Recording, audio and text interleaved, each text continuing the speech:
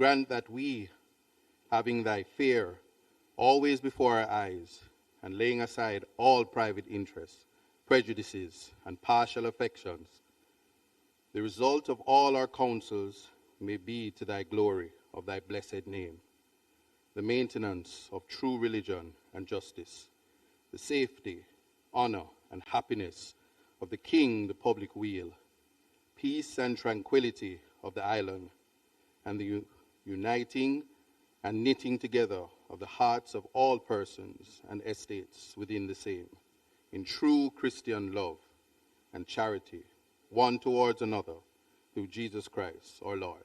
Amen.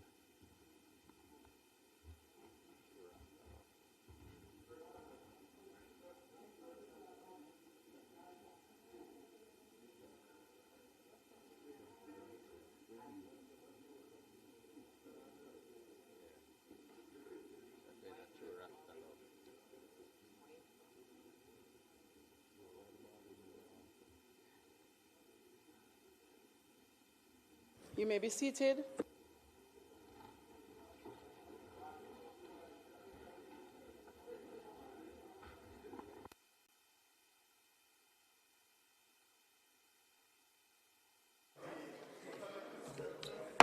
This Honorable House now resumes its sitting. I wish to warmly welcome all members to this sitting of the Honorable House of Representatives for today, Tuesday, March 17, 2026. Today, we will continue the budget debate for the financial year 2026-2027, and we will hear from the Leader of the Opposition and Member of Parliament for St. Andrews South as he makes his contribution to the debate.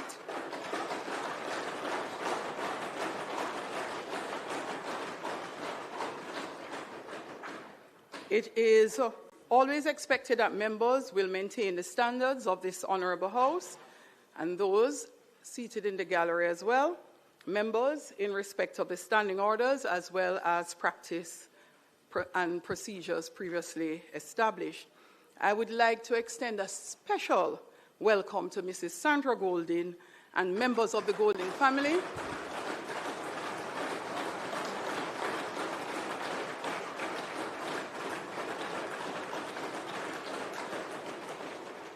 We are also joined today by members of the Diplomatic Corps, private sector representatives, and representatives of the St. Andrews South constituency.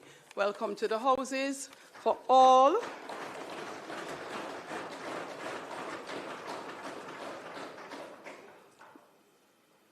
For all those who are here with us in the gallery and those who are joining us online or via various media broadcasts, PBCJ Live continues to stream, and I am sure all will be listening in today. I note former Minister of Finance. He stepped out? He is here. He stepped out for a little. So Omar Davis, former Member of Parliament and Minister of Finance, is here.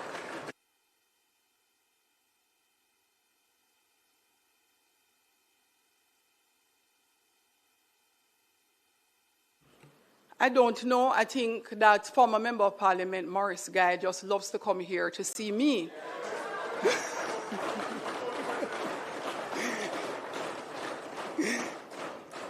And also, here is Keisha Anderson. Keisha is a senator currently sitting in the House of Parliament. Honourable Senator, welcome. So just a short housekeeping point. Just had a conversation with the Integrity Commission.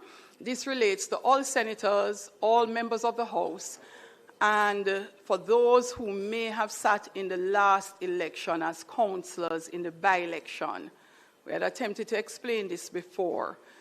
Members, you are not required to submit any returns to the Integrity Commission as at 31st December 2025, which would normally have been due on the 31st of March 2026.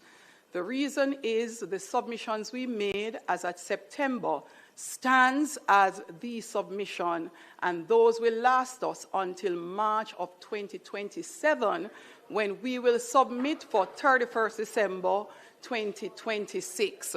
So for those persons who have started to send their declarations to the Integrity Commission, they will be returned to you. And for those who have not yet done so, please do not. I will ask the clerk to send a note out, as well as a reminder to members of the House and the Senate.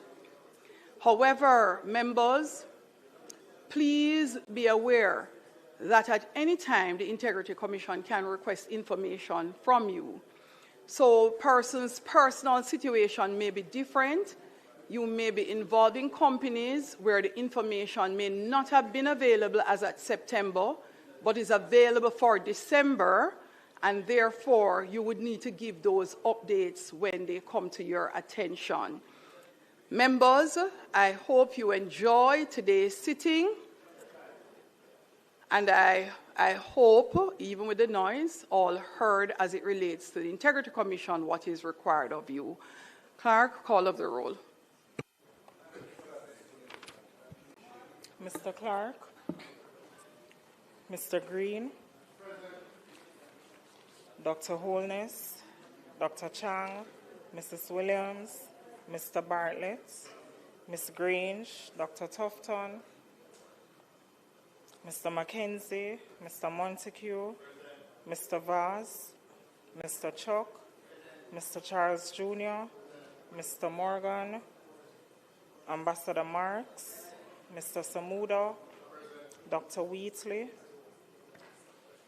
Mrs. Cuthbert Flynn, Mr. Terrelong, Mr. Witter, Mrs. Dalrymple Filbert, Ms. Morrison, Ms. Lee, Mr. Donovan Williams, Mr. Main, Ms. Crawford, Mr. Delroy Williams, Ms. Hamilton, Mr. Sieveright, Mr. Azan, Mr. Brown, Dr. Brown-Burke, Mr. Buchanan, Mr. Bunting, Ms. Burchell, Dr. Campbell, Mr. Cousins, Mr. Crawford, Ms. Daly, Dr. Dawes, Mr. Golding, Mr. Gordon, Mr. Hales, Mr. Hines, Mr. Jackson, Ms. Jess, Mrs. Malahoo Fort, Mrs. Miller Bennett, Mr. Morris, Mrs. Nita Garvey, Mr. Newell, Mr. Paulwell, Mr. Phillips, Ms. Perkis, Mr. Robertson, Mr. Robinson, Dr. Russell, Ms. Shaw, Mr. Smith, Mr. Dwayne Vaz, and Mr. Warmington. Thank you, Madam Speaker. Thank you, Clerk. House Leader.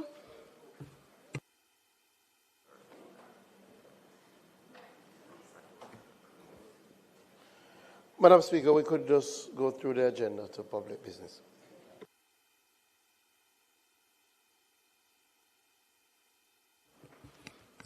Statement by ministers, announcements, bills brought from the Senate, petitions, papers, reports from committees, notices of motions given orally, questions and answers to questions, motions that may be made at the commencement of public business requiring notice, motions relating to the sitting of the House, motions for leave to introduce bills, presentation of bills without leave of the House first obtained, public business. House Leader.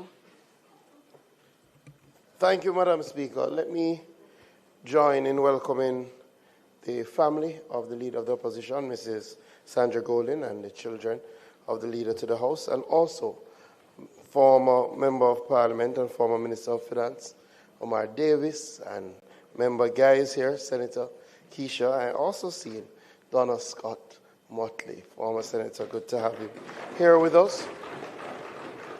And other members of the diplomatic corps that may have joined us. Today we will continue the budget debate with the contribution from Mr. Mark Golden, Leader of the Opposition. I ask that he be allowed to speak until the completion of his presentation, so that the time be suspended. Those in favor? Aye. Those against? Ayes have it.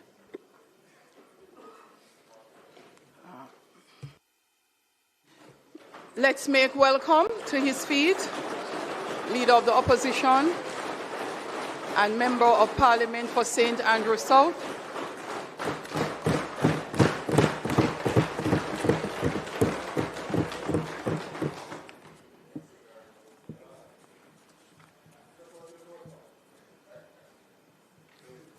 Thank you, Madam Speaker. Madam Speaker, I just want to begin by thanking God Almighty for his blessings, for having enabled us all to be here, and for having enabled me to continue in the role that I play.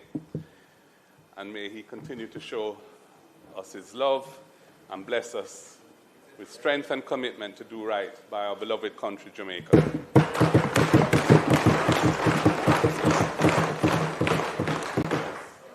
I want to also thank my dear wife, Sandra, who is here, for being here.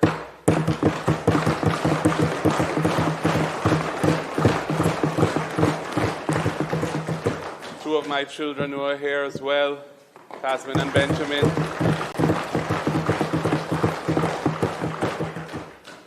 And I want to thank the former parliamentarians who've come today, especially, well, all of them, but a special word for Dr. Omar Davis. It is very wonderful to see you, sir.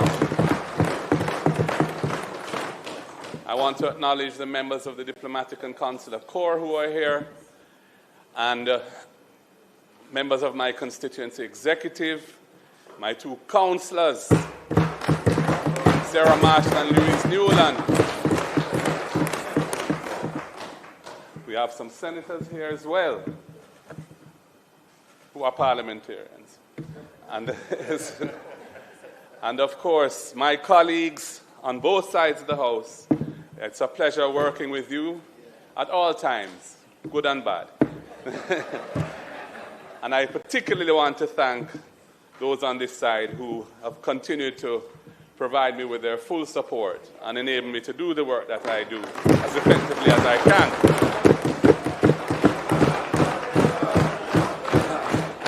I want to thank the staff of Parliament for the role they play in enabling us to serve as elected and appointed representatives. And I know that their situation is not always easy, but we appreciate very much the effort that they put in to enable us to do what we do in this House and in this chamber. So I thank them again. Madam Speaker, the change in political landscape of our great island that occurred in September of last year has profoundly altered the trajectory of Jamaica's future. The result ensured that this budget speech, which is my fifth as party president and leader of the opposition, is delivered from a platform of strength, momentum, and national validation.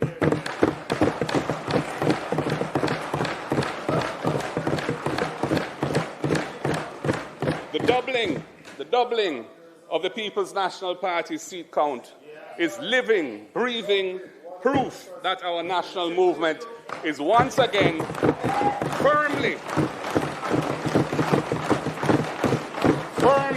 on a path to assuming the responsibilities of government. The work put in since 2020 has borne bountiful fruit and reset deep roots in all corners of Jamaica. It is now surely a matter of when, not if.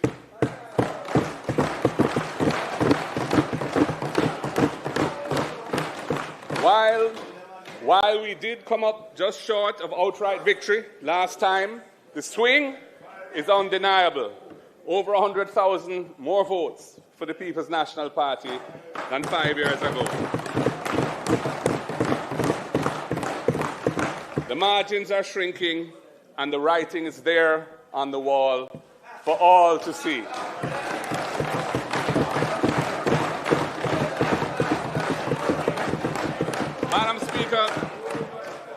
Madam Speaker, the 2025 general election ushered in a new generation of parliamentarians, along with several who had suffered temporary setbacks in the COVID election of 2020.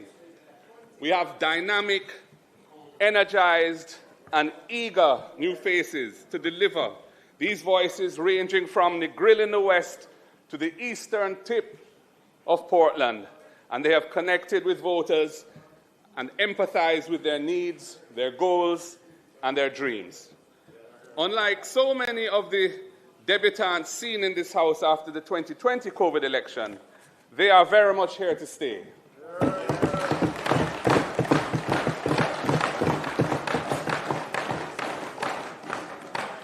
And it is my great honor to serve alongside them, and I look forward to doing so for many years to come.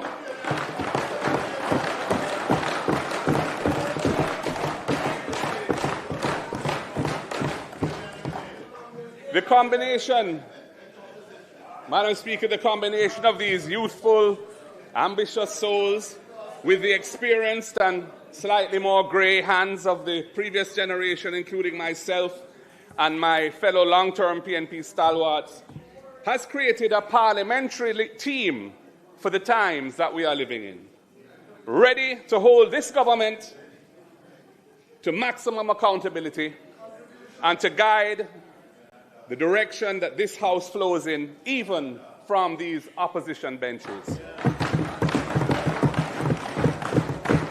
I want to make special mention of the late Dr. Linvale Bloomfield from Eastern Portland and the late Dr. Winston Green from Southeast St. Mary, both of whom passed away while serving in this House during a previous term.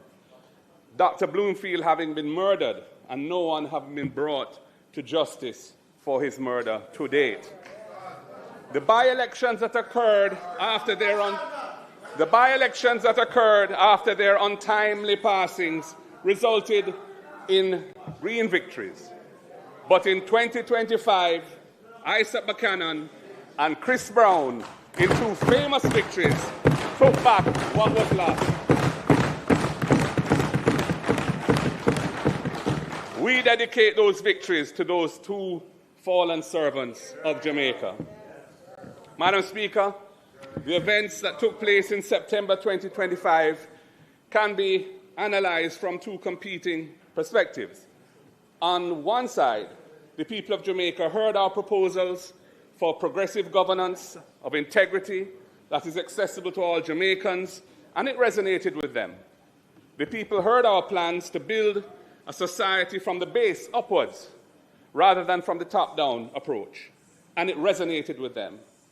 The people appreciated our willingness to tackle their day-to-day problems and engineer solutions that will have a practical impact on their lives, rather than fixating on macroeconomic indicators that bear no reflection on their everyday existence. And this also resonated with them. Madam Speaker, we are the party of the people,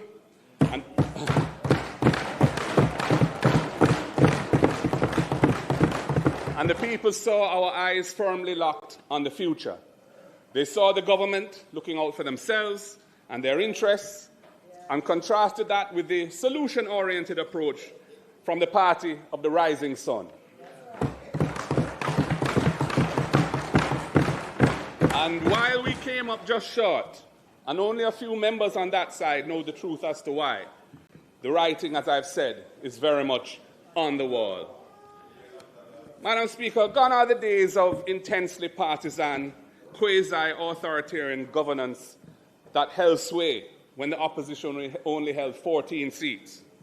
Gone are the days of arrogant sneers from the government benches when certain politically aligned media houses flood the airwaves with misinformation about disunity on this side. Well, they are now solid like a rock.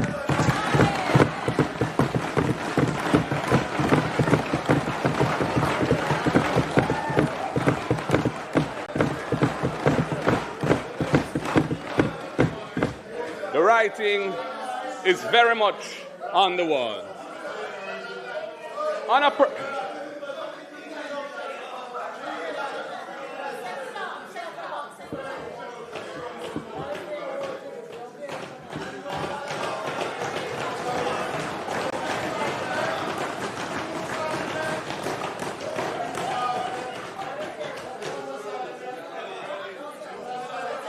Glad you made it.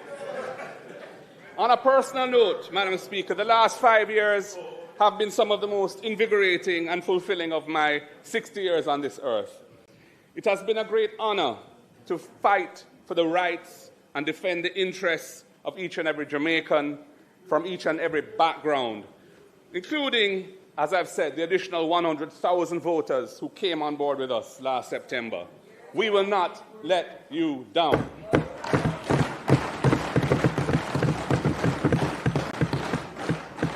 And as I say these things, I again have to give thanks and praise to the Almighty. He is my strength and my Redeemer, from whom all blessings flow. I pray that I will always do right by Him and strive to live according to His holy word. Madam Speaker, the joys of serving the people in confronting the difficult challenges faced by our beloved nation, the thrill of competing for the highest office in this land, the honorable sparring with my formidable rivals, whose day must come to come over here, continue to blaze the fire inside me.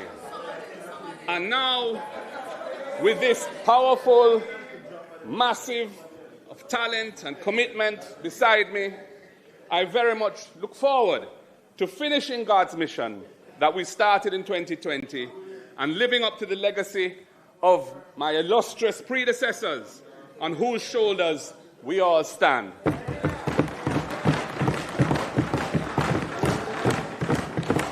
And we will do this by bringing a new era of innovative, strategic, caring, and honorable governance to this great nation.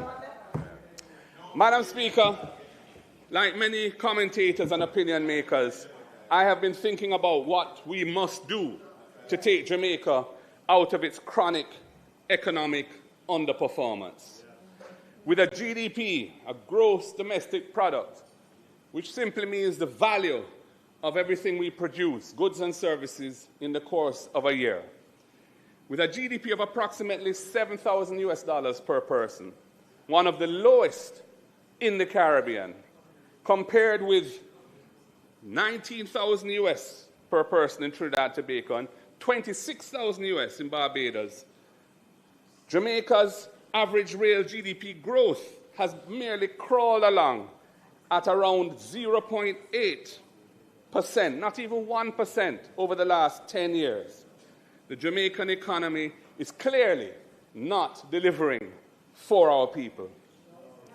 Economic underperformance narrows fiscal space, so that despite the relative low debt-to-GDP ratio in the range, somewhere in the 60s now, 60% range, that Jamaica has achieved with immense sacrifice of our people over the past 14 years, we are still only able to deliver budgets with central government capital expenditure of 2 to 3% of GDP, a substantial portion of which, sometimes over a third, remaining unspent at the end of successive fiscal years due to various inefficiencies.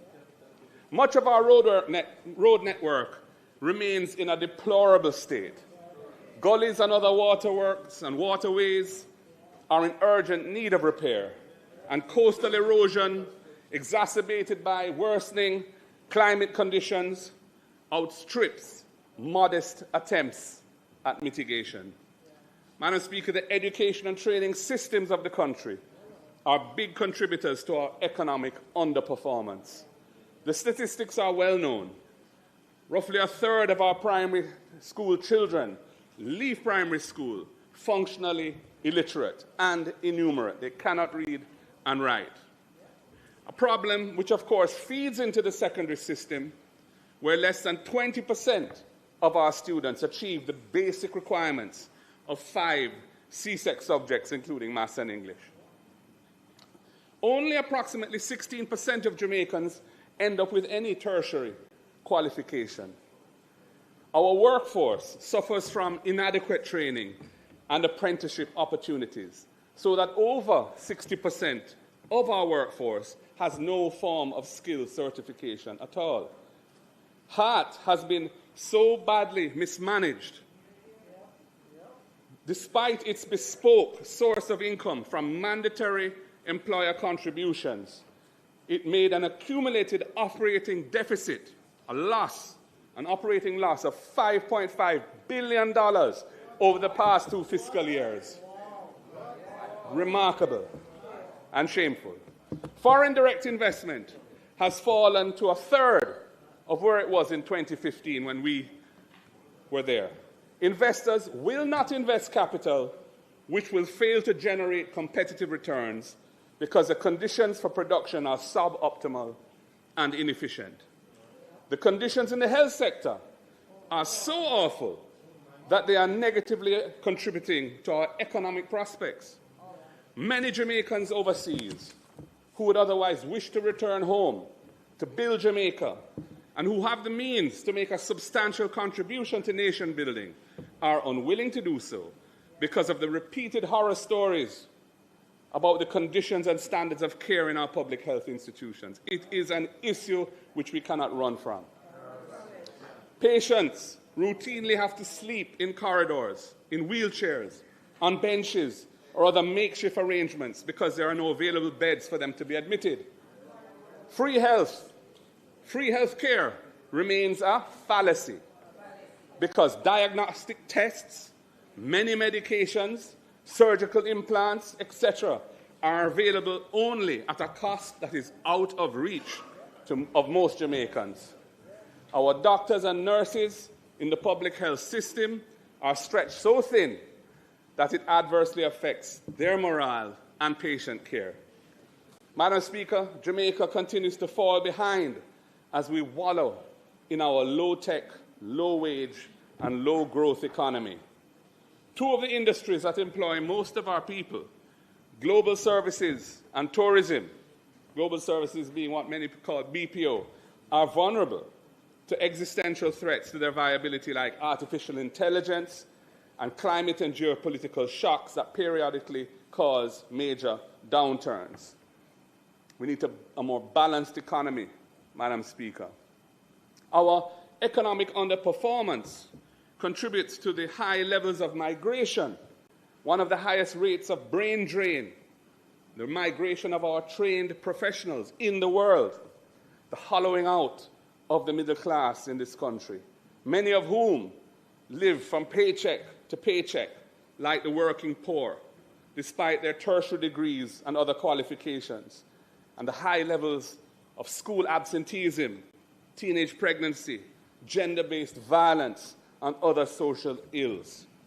So, having solved the chronic debt problem that we inherited in 2012 and that we put in the heavy lifting to turn around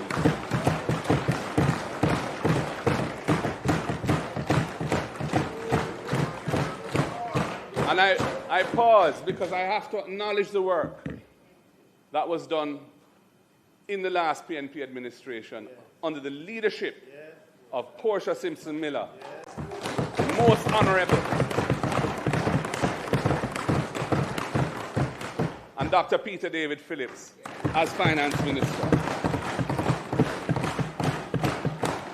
Jamaica was heading off the cliff under the previous JLP government. We were unable to even sit the IMF tests, much less pass them. Our name was mud in the international financial community. It took us a year once we came back to office to persuade the financial community that we could be trusted with a new program. And we delivered on that program for Jamaica, and Jamaica has borne fruits from the work we did.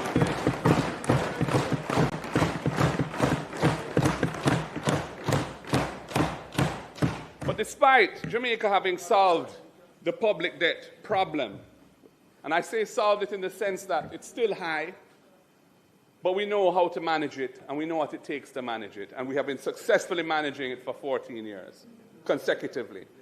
And with the murder rate falling significantly over the past 2 years, nevertheless, Jamaica remains disappointed that there are no signs of a strategic plan to deliver a strong, rapidly growing economy that creates abundant, good opportunities for our people here at home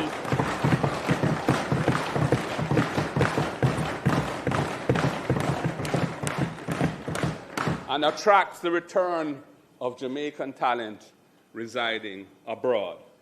So, Madam Speaker, how do we lift ourselves out of this chronic economic lethargy? At the core of the solution is integrity. Honesty in what we say and do is the foundation of trust and confidence. A commitment to accountability and being transparent in how we govern and what we do in the name of the people as the servants of the people. We must strengthen, not weaken or undermine, the national institutions that were established to promote these principles. And we must hold perpetrators accountable for corruption. And of course, I speak of institutions like the Integrity Commission, which I had a foundational role in designing and bringing to Parliament as Minister of Justice, and the Financial Investigations Division. Madam Speaker, during the last general election in 2025, in the campaign, with its manifestos and its debates and its platform speeches, the Prime Minister did not even hint at, much less disclose, his intention to take the massive salary increase that he claimed he had given up when the heat reached him after Nigel Clark announced this massive salary increase on May 16th, 2023. Not a peep out of him in the election campaign. Can you imagine that in February this year, a month or so ago, we suddenly learned that effective from payday last September 2025, right after the election, the Prime Minister would be receiving his big salary after all. Madam Speaker, that is the latest chop. That is a real brogad move. It was a shameful deception, not worthy of the high office that you hold. Not worthy.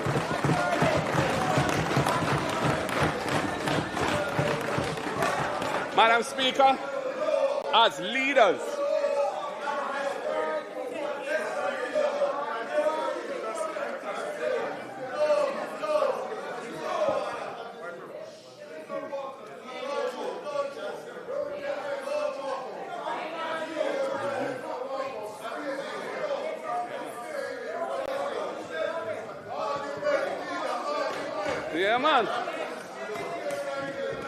Madam Speaker, as leaders, we must hold ourselves to a high standard.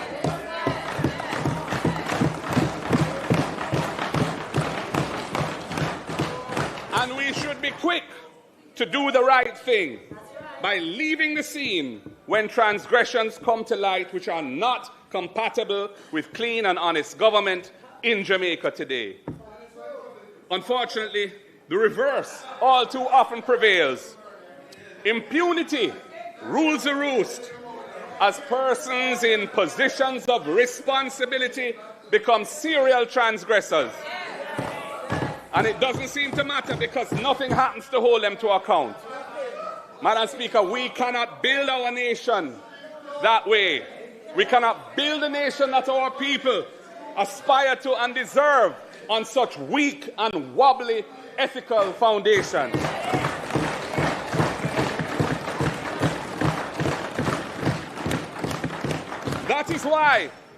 That is why we on this side have signed the Leadership Code of Conduct produced by the Integrity Commission.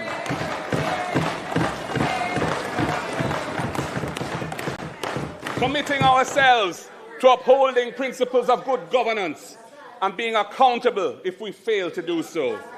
You should be further strengthening the anti-corruption arsenal by introducing the important tool of unexplained wealth orders to further reinforce the tools available to law enforcement now for recovering illegally obtained income and wealth. That was agreed upon by both sides in 2019, but you have cast it asunder. Why have you abandoned the procedures of impeachment of parliamentarians and other holders of high office that former JLP Prime Minister Bruce Golding tabled in this House in 2011, and I updated by tabling a private member's bill in 2021?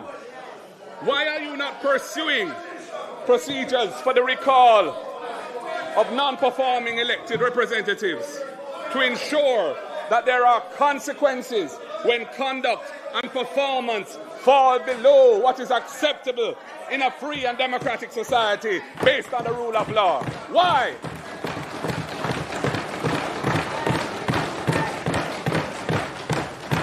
We remain committed to these reforms that enhance accountability and good governance. I ask again, why have you not joined in our call for strong public education to promote wholesome values and attitudes based on love and respect for our fellow citizens, and playing by the rules or changing those rules if they're not fit for purpose? Why have you not joined with that? In my budget debate presentation last year, I stated a critical dimension which concerns many people a great deal, and which I feel compelled to address, is what may be referred to as the moral decay of the social fabric of our country. It is manifested in a lack of respect and care in how we treat each other, the callousness of the behavior we see around us every day, and the corruption that has taken over the affairs of the nation. Indeed, it has everything to do with the values we uphold, which uphold our society and our attitudes to life and to each other in our society. That is what I said then. Former Prime Minister Percival James Patterson tried with a values and attitudes program. Sadly, it was sacrificed on the altar of partisan politics. And I think former Prime Minister Bruce Golding has acknowledged his regret about that. I remain committed to pursuing a national effort for a non-political movement that embraces principles and practices for the spiritual, moral, and ethical upliftment of Jamaica. I am committed to that. Politicians should not seek to lead that movement, as experience has taught us that the approach of politicians leading it would likely mean it doesn't get off the ground.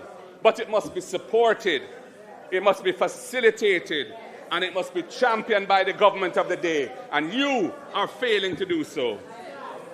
As I said last year, Madam Speaker, our vision is that this movement will be led by spiritual and civic leaders who have the reputation, credibility, commitment, and desire to do so. Collectively, we must raise the bar as champions of change and restore the social fabric of this country.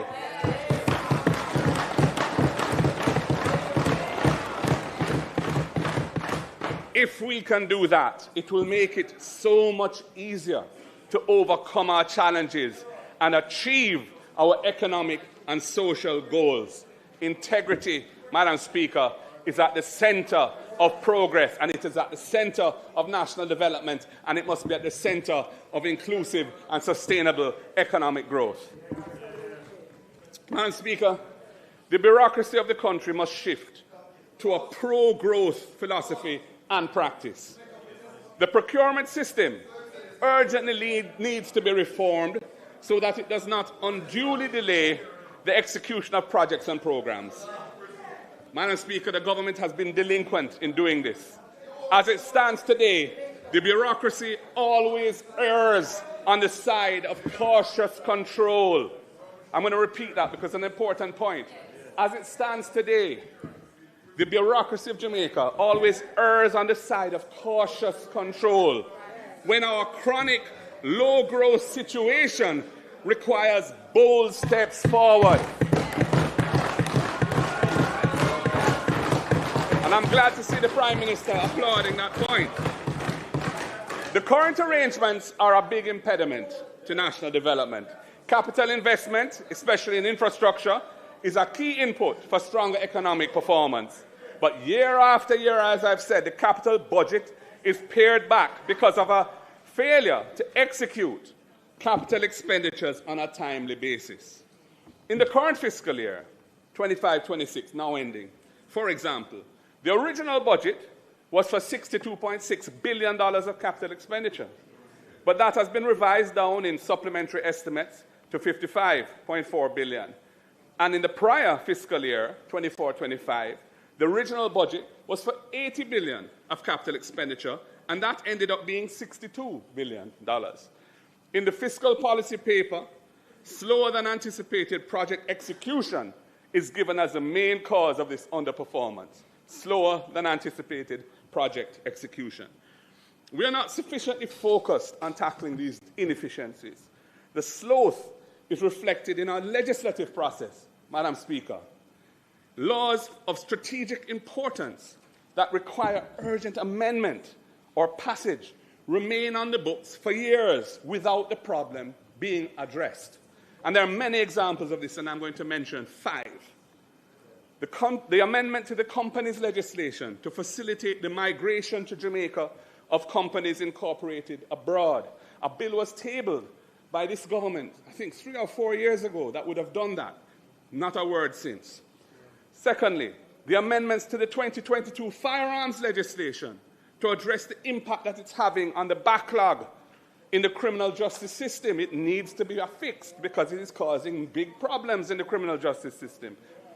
Thirdly, the new Customs Act that entered Parliament over 5 years ago still hasn't made it into law. We're talking about the logistics, we're talking about trade, we're talking about the impetus for economic growth and development, and we can't get these critical laws passed in a timely fashion.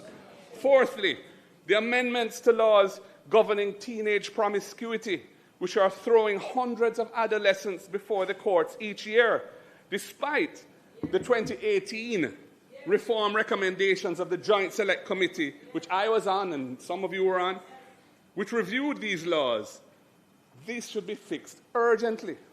And fifthly, the legislation to establish the National Reconstruction and Resilience Authority, NARA, the vehicle announced last year to drive post-Melissa reconstruction, but remains currently a mere department within the Office of the Prime Minister, with no legislative framework, no statutory powers to enable it to pierce through the knotty bureaucracy and drive rapid transformation reconstruction. Madam Speaker, this legislative inefficiency negatively impacts our economy and our society.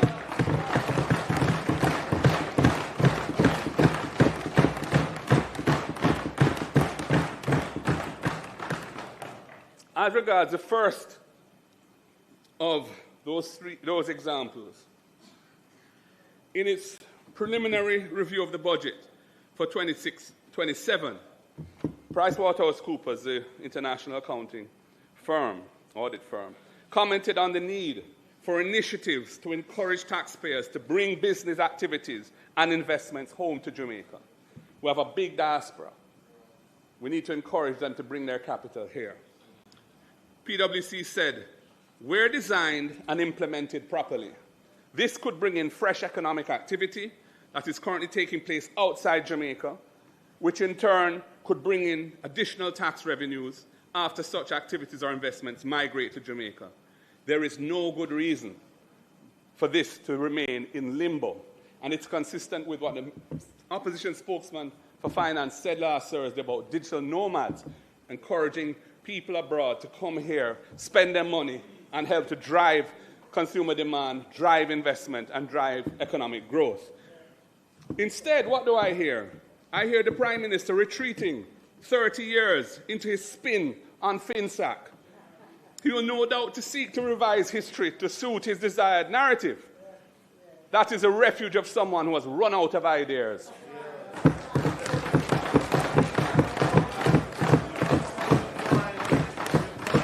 Madam Speaker, he should have delivered the report that his government wasted over $150 million on and never delivered about that story of FinSat. That report has never been delivered. Madam Speaker, the Prime Minister's narrative cannot help Jamaica move forward in this perilous time.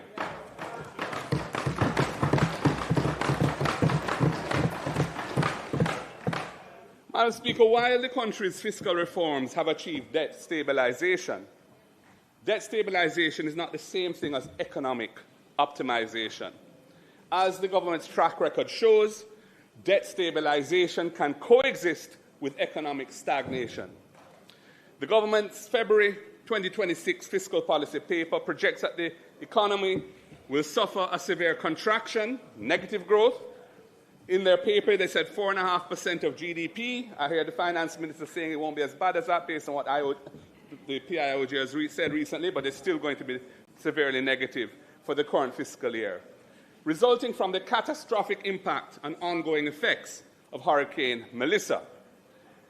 Unlike the economic contraction brought by the COVID pandemic, the current downturn is caused by real damage to the productive capacity of the country, especially in Western Jamaica.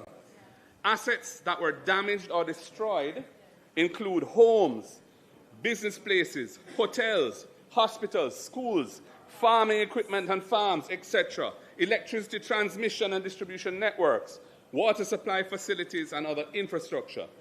Madam Speaker, I have read that 215,000 buildings sustained damage of varying severity, including approximately 190,000 homes, of which 24,000, they say, were completely destroyed.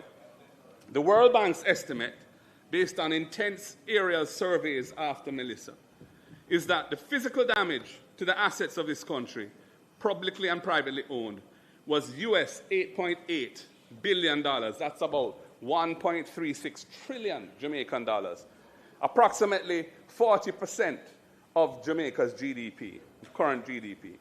The Planning Institute of Jamaica, PIOJ, has more recently indicated that when economic losses and various additional costs are included, the total loss to Jamaica from Melissa is US $12.2 billion, which is 1.98, nearly 2 trillion Jamaican dollars, or approximately 56% of GDP, 56%. In other words, we have been hit very, very hard, and we need to fight even harder to get the country out of the slump. Early investment in recovery is needed to turn the negative cycle occasioned by Melissa's destruction into positive economic growth. Early investment. Some of us may be familiar with the proverb, early money is like yeast. And that proverb encapsulates the truism that early investment is needed to turn this situation around. The time to aggressively pursue recovery from the Melissa disaster and to set the platform for higher levels of sustainable growth is while the fiscal rules are suspended. Now is the time to drive GDP growth, because it will be much more challenging once the maximum 2-year suspension of the fiscal rules comes to an end and the law does not permit any further extension. At that point, which is probably, I assume it will be extended for 2 years. It's been extended for 1, but I assume it will be 2 years. At that point, in other words, with the fiscal year commencing April 1, 2028, the fiscal rules will again chip in. The fiscal rules will require years of tight fiscal policy to generate higher surpluses, primary surpluses, that can bring the public debt down to the 60% legislative target by the legislative deadline. This will clamp down on expenditure on infrastructure and other public goods. Having stripped the cupboard bare with the sell-off of the Norman Manley International Airport and the Sangston International Airport's future revenues, no major forward sale of assets is planned that can provide additional fiscal space at that time. So, And I also want to make one point, which is that although the fiscal policy paper has this target date for achieving 60% of GDP as 2030, March 31, 2030, in the law, it's still March 31, 2028. I assume the minister is going to bring legislation to fix that, but who knows? Madam Speaker, with the fiscal rules being temporarily suspended, now is the time to really focus on driving recovery and growth.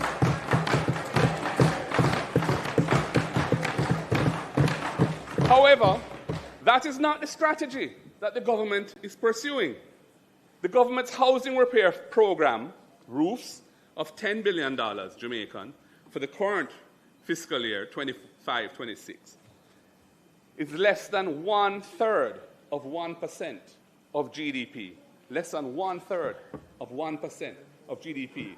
The PIOJ says the damage to Jamaica is 56% of GDP. A $500,000 grant, Jamaican, to households rendered homeless by the storm, it is welcome, but it's also clearly inadequate to rebuild homes.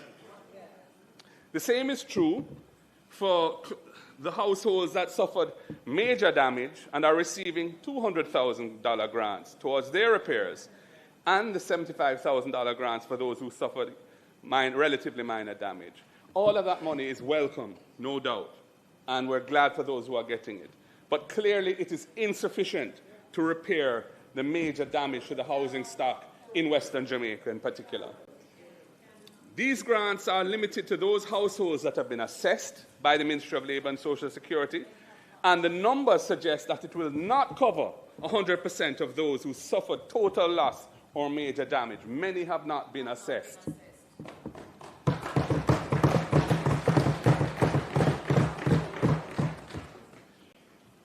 $5 billion out of the $10 billion has been allocated to those whose homes have to be totally rebuilt, which implies support for only 10,000 households of the 24,000 homes that we are told have been totally destroyed. I'll say it again. Half of the $10 billion is for those who have suffered major damage or total loss. Sorry, half of it, $5 billion is for those who have suffered total loss. That can only support 10,000 households being rebuilt. We are told that 24,000 households were totally destroyed. Clearly, not even half. Similarly, with $4 billion allocated to those needing major repairs and $1 billion allocated to those needing less extensive repairs, this implies support for only 33,333 households out of 166,000 households who are estimated to have suffered damage needing repairs across both of those two categories. Madam Speaker, the upshot is that there is a real need for much more extensive investment in restoring decent, habitable shelter to Jamaicans who suffered housing damage in the hurricane.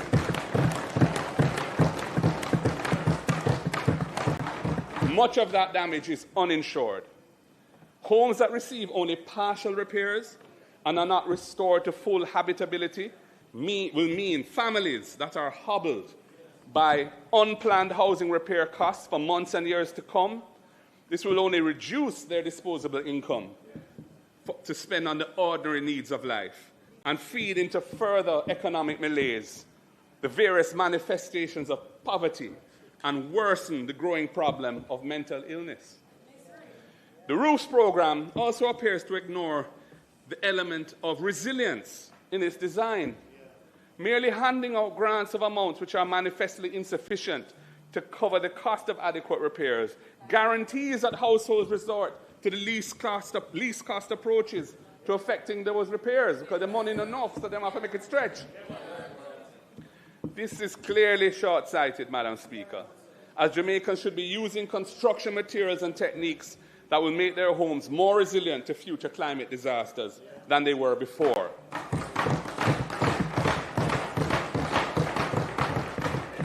And I ask, where is the guidance and supervision to ensure that basic but effective techniques to ensure greater resilience are followed? I don't see any big public education telling people how to rebuild a roof properly that makes it more resilient in a low-budget way? I don't hear that. Where is the monitoring to ensure the use of bolts rather than nails and straps and other relatively low-cost construction inputs to provide greater resilience to hurricane winds and rain? I don't see it. That was 25-26, Madam Speaker. What are we to expect from the budget for the coming 26-27 fiscal year? Well, despite the massive hit to our economy and the growing despair and anger that many thousands of Jamaicans feel who really need help, the budget for the coming year allocates a contingency of $30 billion Jamaican for capital expenditure on recovery from Hurricane Melissa. 30 billion Jamaican dollars. That is less than 1% of GDP. The country suffered 56% of GDP loss, including 40% of physical asset loss. And the allocation for capital expenditure for Hurricane Melissa recovery in the coming fiscal year is less than 1% of GDP. The budget also brings a tax package of $18 billion at a time when the economy is reeling from Melissa and the war in the Middle East is threatening to drive up the cost of living. This is not a budget to drive economic recovery. And, Madam Speaker, when you look at the fiscal policy paper that the government tabled in February last month, it projects negative real GDP growth of 0.5% negative of GDP for the coming fiscal year, 2026-27. And this is not surprising, as the tax package will reduce disposable incomes and further constrain consumer demand. And I have a bit more to say on some of those measures shortly. This aspect of the budget will therefore be pro-cyclical in its effect. What does that mean? It will suppress consumer demand and reinforce the downward spiral of the economy rather than pushing against the downward spiral to turn it into a virtuous circle. It is pro-cyclical instead of counter-cyclical when the cycle is heading in the wrong direction. This could not come at a worse time because the war in the Middle East is driving up oil and gas prices. And it's not just oil and gas prices. It is going to include fertilizers. It's going to include plastics that are used in manufacturing and so many other things, because in that area, the Persian Gulf, natural gas production is being shut down. Oil and gas can't escape. And it is part of the whole supply chain for the food production of the world and the manufacturing production of the world. Petrochemicals are a critical ingredient in fertilizers and in pharmaceutical drugs and so many other things. So we're really looking at a dread situation. The combination of the post-Melissa hardship, the Middle East war, and the government's tax package is a toxic cocktail. Toxic. It will be bitter medicine to the Jamaican people. And Prime Minister, you need to tell the people when you speak on Thursday what your plans are for protecting the society from the impact of this Middle East war, especially those who are still struggling to get their lives back together after Melissa. That's what the people want to hear from you, not Finsa. If you want to talk about Finsa, bring the report. Bring the report and let us debate Finsa. Bring the report and make us debate Finsa. Madam Speaker, as expertly outlined by the opposition spokesperson for finance last Thursday, the government was not forced into this tax package. It was not forced into continuing to extract funds from the National Housing Trust. There are other options, and a better way forward is possible.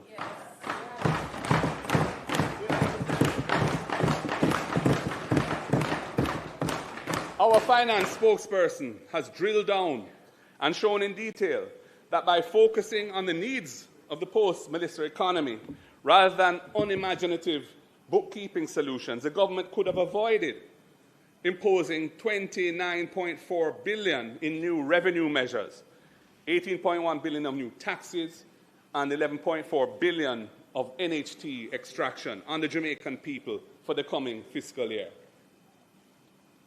As he has shown, there is a better way.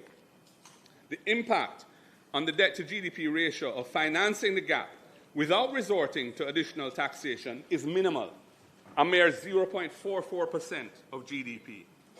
Our approach would leave more money in the pockets of the Jamaican people and more reserves in the National Housing Trust to help reverse the negative GDP growth that Jamaica is now suffering and drive recovery at a faster rate. We have a better plan. A better plan. Madam Speaker, looking at the tax measures, they are problematic. 10.1 billion Jamaican dollars of tax package is on sweetened beverages and will mainly come out of the pockets of low-income households. Similarly, 3.6 billion Jamaican dollars is increasing as an increase in the Environmental Protection Levy, the EPL, which will be borne by consumers again when manufacturers and importers pass on those costs to consumers. Jamaicans are already facing hard times with a cost of living crisis after the Melissa disaster. It's going to be made even worse by this tax package that the government is imposing on the people, and it's coming at a time when the Middle East war is going to start giving us a severe beating as well. These revenue measures will have an inflationary impact, pushing up the cost of living on the Jamaican people at a time when the cost of living is spiking due to the war in the Middle East. As I've said, bitter medicine is on its way. As our finance spokesman pointed out, despite the way that these measures have been sold to the public, neither of the taxes on sweetened beverages or the Environmental Protection Levy, neither of them is designed in a way which will improve public health or support environmental causes, neither of them. The tax on sweetened drinks is imposed on the volume of liquid in the container, not on the amount of sugar in the liquid in the container. And therefore, it provides no incentive for beverage manufacturers to reduce sugar content. Furthermore, the mere fact that the government intends to collect this tax, which is how it's funding its budget, shows that it intends for the beverages to be purchased anyway, so as to generate the tax. And they're not seeking to reduce consumption. And I want to just show you. This bottle of water contains 500 milliliters, which is half a liter, and it costs $100 on the street or in a corner shop. 2 of these bottles of water make 1 liter and cost $200. A liter of gas at the pump is $185. Water costs more than gas in Jamaica.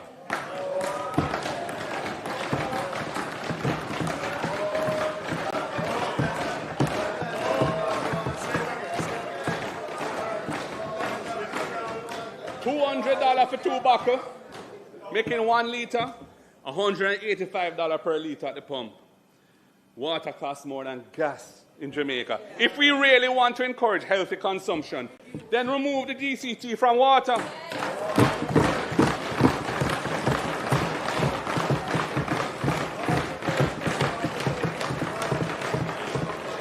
And other healthy alternatives so that the people can afford to buy them.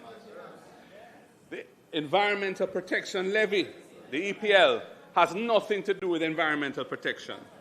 Despite its name, the money goes straight into the consolidated fund as general revenue.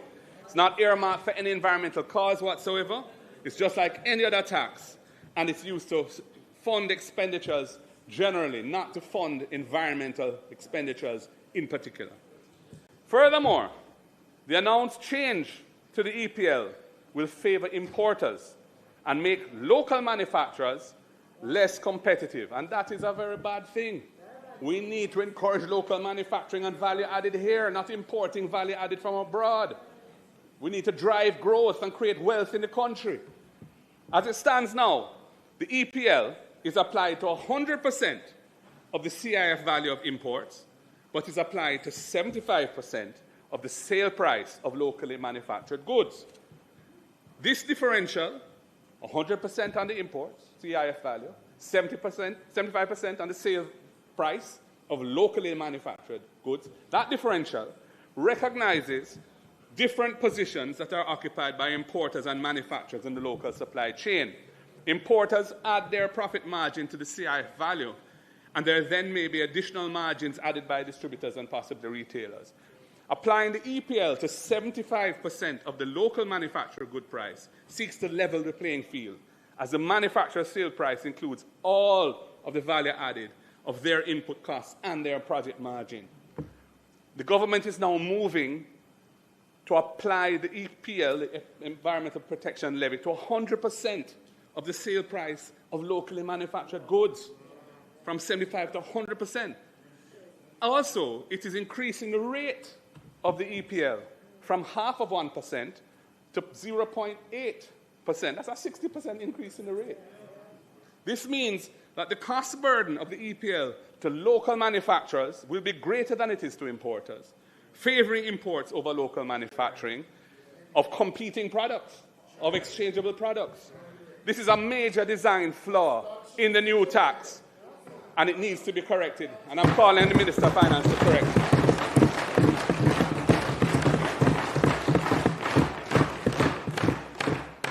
Madam Speaker, in the Minister's Revenue Measures Ministry Paper number 17, the Minister of Finance said that the government is putting GCT on digital services and intangibles purchased from overseas providers by consumers in Jamaica. It says that this is projected to raise 300 million Jamaican dollars in the last quarter of the coming fiscal year. That's between January and March 2027. And $4.2 billion in the following fiscal year, 27-28. But in her budget speech last Tuesday, the minister spread confusion and muddied the waters by seeking to justify this new tax as protecting local retailers. How can imposing GCT on digital services help local retailers? It is policy incoherence. And in 2024, their government already provided an incentive for imported goods that are purchased online. They doubled the customs duty threshold from $50 US to $100 US. So they're moving in two competing directions. But the truth of the matter is that if it's a digital services tax on intangibles, it really has no impact on retailers. Madam Speaker, I want to say a little bit about the draining of the National Housing Trust. This year, we celebrate the 50th anniversary of the establishment of the National Housing Trust.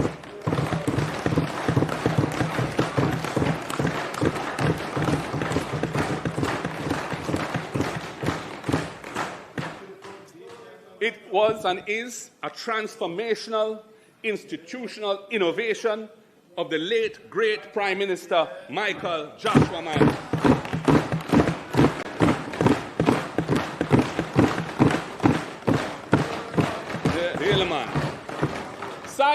Sadly, the budget for the coming fiscal year 26-27 again includes non-tax revenue of 11.4 billion Jamaican dollars in the form of a transfer of resources out of the National Housing Trust to the government's coffers to pay its housekeeping expenses. We must recall that this was originally introduced in 2013 as a temporary 4-year measure ending in 2017. It was written into the law as a 4-year measure. It was necessary at that time because we were at the height of Jamaica's debt crisis, when Jamaica was required to achieve primary surplus targets of 7.5% of GDP each year to turn the economy onto a path of debt sustainability. Remember, at that time, the debt was not at 140-odd%, not 60-odd% where it is now. And that was necessary. And it achieved that, and I must tell you, I was in cabinet at the time. We were all very concerned about it. An international accounting firm, independent firm, confirmed to us in writing at the time that the removal of the 11.4 billion per year for 4 years would not undermine the operating performance of the National Housing Trust because of the surpluses it had and the pace at which it was rolling out investment. That is the only basis upon which we were prepared to move with it. 4 years and 4 years only. It achieved the objective, and Jamaica was able to discontinue the borrowing relationship with the IMF in 2017 at the end of our program. Despite those circumstances, the then opposition vehemently criticized it at the time. Vehemently. They even likened it to a bank robbery. And the leader of that party, Andrew Holness, who is now the Prime Minister, said he would never let that happen. He said he would ring-fence the National Housing Trust to prevent its resources from being taken by the government. And he committed to reversing it should he become Prime Minister. Well, he became Prime Minister in 2016, and they have proceeded to amend the law twice to extend it by a further 8 years. And in the throne speech last month, them said they're going to take it for 5 more years again. Oh my God, his words were utterly false. Utterly false.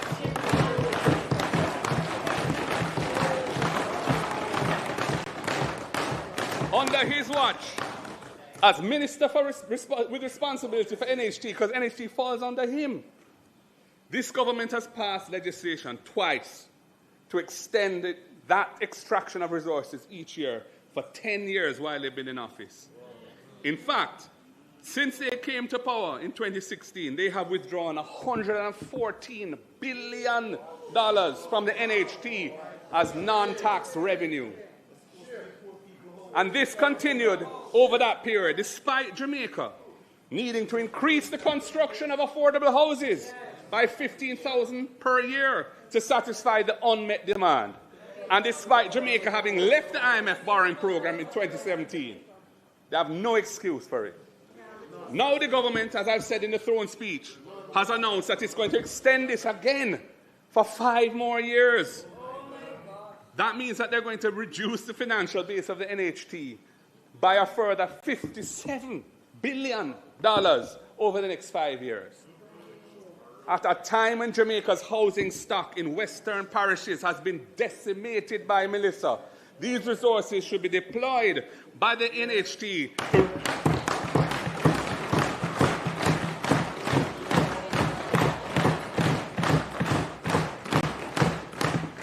be used to rebuild resilient homes for the many thousands of households who have suffered varying degrees of damage to the houses.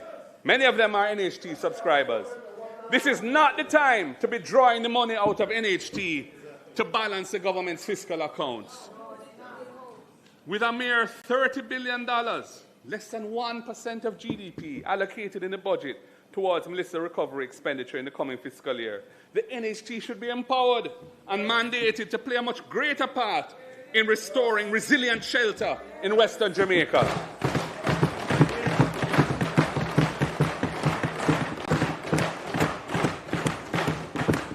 This is not the time to be depleting the resources of Jamaica's most important housing institution.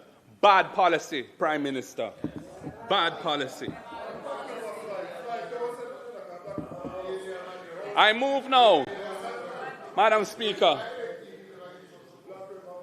In the context of the need to drive recovery, I am concerned that the allocation of 100 billion Jamaican dollars for central government capital expenditure in the coming fiscal year is likely to be unspent, a good portion of it, given the chronic strictures of the procurement rules and other bottlenecks that have been impeding the effective execution of capital projects year after year after year. Madam Speaker, I believe it would be more effective to channel a part of these resources through the municipal corporations and agencies that operate at the community level, such as the SDC, RADA, Solid Waste and Water Commission, in executing relatively small but urgently needed tasks in the aftermath of Hurricane Melissa. These resources should be deployed to undertake the removal of fallen tree debris, restoring pedestrian walkways and footpaths, restoring fences around publicly owned properties, repairing catchment tanks, cleaning the intakes to springs, cleaning side drains and culverts, repairing broken retaining walls and other small structural repairs and the like.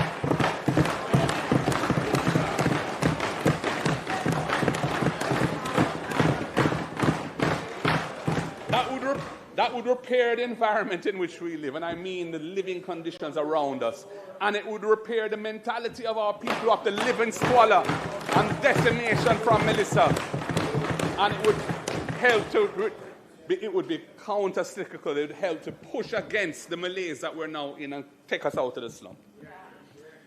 Madam Speaker, in the quest for greater fiscal space to fund investments to drive national development, there is also another revenue strategy which urgently needs to be pursued. The design of a tax system determines its performance more than the rates of tax themselves. Where systems are fragmented, revenue leaks and is not collected. Where systems are integrated and digitally verified, compliance becomes automatic. PricewaterhouseCoopers, in their preliminary review of the budget, highlighted the importance of increasing tax compliance. And I quote, so that everyone bears their fair share rather than the burden falling on those who meet the moment and pay their taxes as part of their civic duty. End of quote. Madam Speaker, the next stage of Jamaica's economic reform should not be about increasing tax rates. That is lazy, unimaginative, and it's an approach being taken by this government which should change its path. We say no to that. It is bad economics and will be damaging to the economy and the Jamaican people in our current circumstances. I think I should remind them, it is the PNP that reduced personal income tax from 33 and a third to 25%. It's the PNP that reduced GCT from 17.5% down to 16%.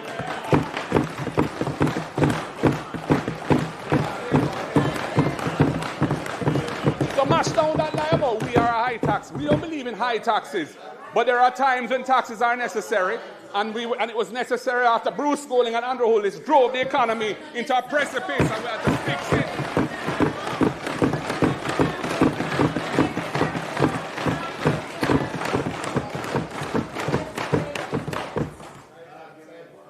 Increasing tax rates and putting in new taxes on the people when you're in an economic slump is bad economics and will be damaging to the economy and the Jamaican people in our current circumstances. The next stage should be about ensuring that the taxes that are already on the books, are fully and fairly realized. A revenue system should be judged by how much of what is legally due is actually collected consistently, efficiently, and equitably. Where leakage persists, compliant businesses and compliant consumers shoulder a disproportionate burden of the tax.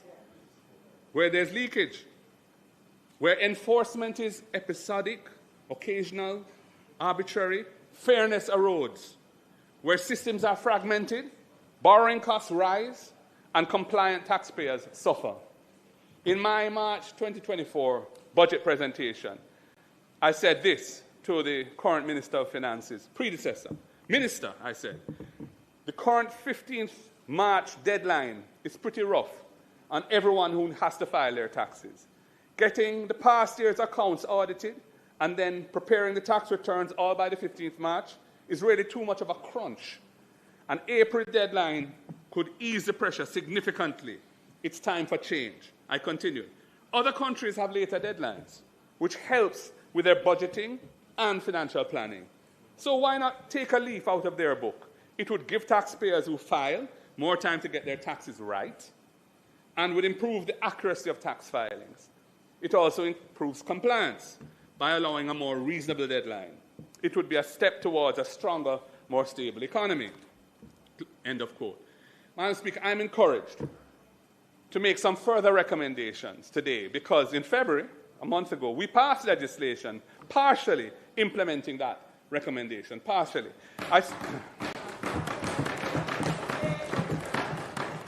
I say partially because the change in the filing deadline from March to April only applies to taxpayers which are corporations.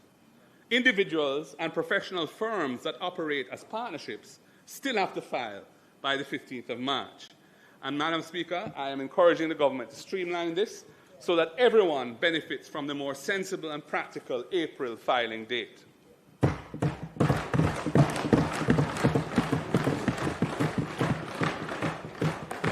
Madam Speaker, the success of the tax amnesty in the first quarter of 2025, a year ago, which collected 10.5 billion Jamaican dollars in outstanding taxes, illustrates the benefit of providing taxpayers with attractive mechanisms for coming forward voluntarily to settle outstanding tax matters and regularize their tax affairs.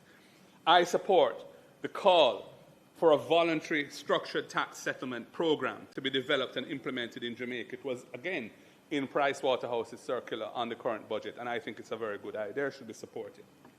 Jamaica also needs to seriously pursue a structural integration of systems so that tax compliance becomes automatic rather than discretionary. Some estimates, which I have seen, suggest that the improved realization across key revenue categories could yield up to 60 billion Jamaican dollars annually without increasing any tax rates or imposing any new taxes at all. Our finance spokesperson provided a telling example on Thursday last of how $8.6 billion of this can be achieved in the coming fiscal year. And, you know, the truth is that if we had a year to roll it out, we would collect a lot more than 8.6 billion. And he conservatively puts the 8.6 billion because he recognizes that it will take some months of concerted effort, serious management of the system, backed by serious political will to make it happen. But it could be done. GCT, General Consumption Tax, is Jamaica's largest indirect tax, and it is projected to generate 330 billion Jamaican dollars in the upcoming fiscal year.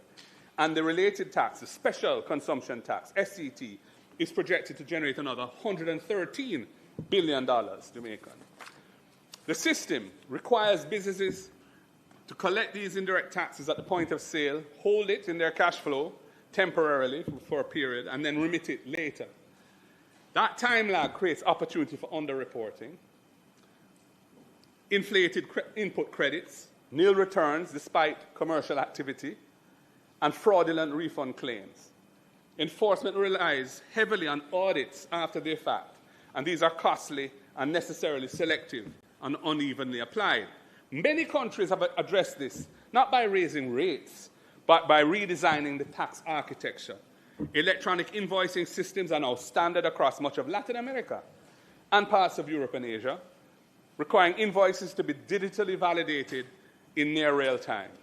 Every transaction is time-stamped. Every input credit must match a verified supplier invoice. Returns are auto-populated from validated data. That shift is transformative.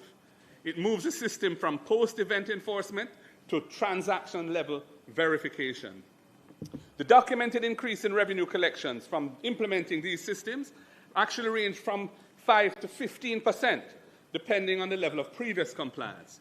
For Jamaica, even a conservative projection of 2% improvement in effective GCT and SCT realization would yield $8.6 billion annually as our finance in the first year. And of course, it would pick up more as we ram compliance and really get everybody to adopt the system. Madam Speaker, no GCT or SCT rate increase is required, none. Just better system design. The government will likely tell us it isn't assured and it can't be done. That's what I expect to hear from them. Well, I'm here to tell you that with political will and effective management driven by dynamic and energetic leadership, it could and should be done without delay.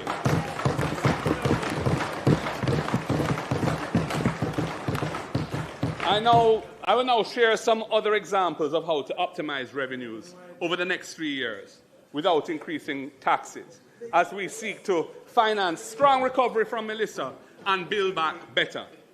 And I do so in a spirit of goodwill to all Jamaicans on both sides of the aisle. I'm not hiding it, I'm sharing it for the good of the country. I move to income tax, which is the largest tax type, projected to yield $342 billion in the upcoming fiscal year. In this case, leakage flows from artificial loss positions, profit declarations that bear little resemblance to import volumes or sector margins, weak withholding adherence, and payroll inconsistencies. This is all sources of leakage in the income tax system. The fundamental issue is structural. Tax filings are treated as isolated submissions rather than nodes in an integrated economic data network. A modern compliance system would automatically link income tax declarations to GCT turnover data, customs import declarations, payroll filings, beneficial ownership records, director compliance histories, and municipal corporation approvals of projects and so on. So, for example, if a company imports 150 million Jamaican dollars in goods, but declares $20 million in turnover and a tax loss, the system would automatically flag that anomaly. A 5% improvement in effective income tax realization would yield $17 billion annually. Again, this has nothing to do with raising tax rates. It's just about aligning data and getting people to pay what they owe.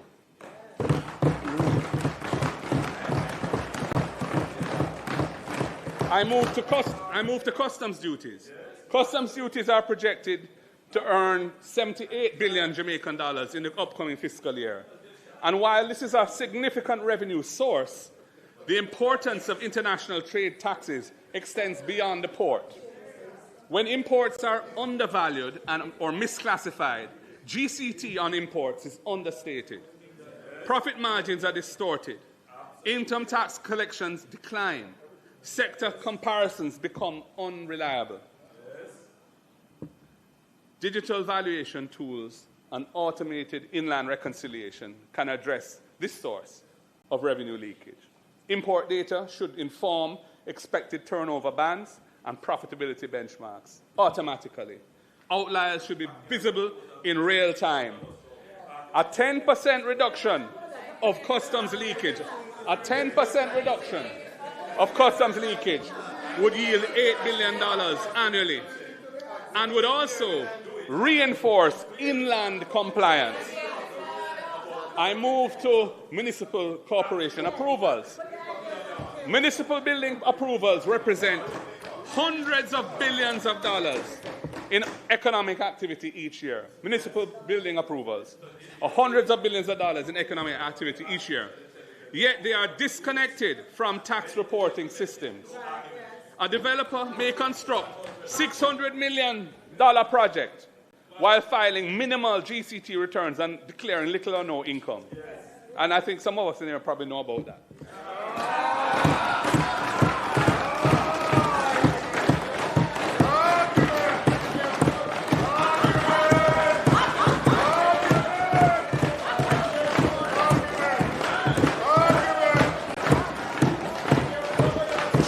True, me no can no foul. If you want to pick it up for your business.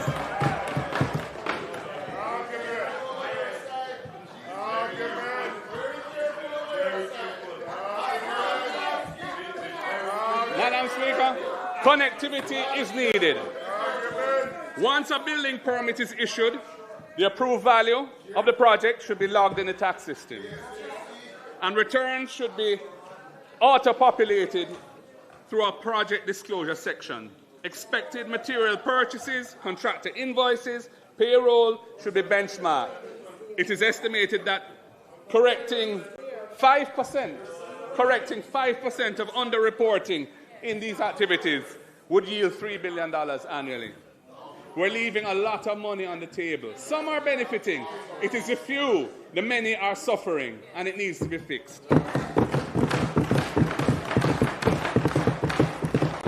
Madam Speaker, in 2024, more than 5,000 work permits were approved in Jamaica. Yet permit issuance is not systematically reconciled with payroll, filings, or statutory contributions. If a company holds 10 active work permits but files payroll for only 10 employees, that discrepancy should trigger an automated review. Fixing this could generate $250 million annually, reinforcing a simple principle that every compliance node must connect. It's about connectivity. In summary, Madam Speaker, if well executed and taken together, these systematic reforms could yield additional revenue per year of close to 2% of GDP without increasing taxes. This is not incremental reform. It represents additional fiscal space of 10% of GDP over 5 years. It is achievable not by increasing the tax burden, but by being smarter in how we utilize the architecture of the tax system. Reform to improve the integrity of the tax system is not punitive. It promotes economic fairness. It promotes economic fairness. It protects compliant businesses from being undercut by non-compliant competitors. It narrows bureaucratic discretion. It shrinks the space for corruption. It strengthens investor confidence. It increases fairness. Madam Speaker, Jamaica does not need higher tax rates. It needs systems where invoices validate themselves, where payroll reconciles with permits, where imports reconcile with profits, where billing approvals inform tax returns, where risk detection becomes structural rather than episodic.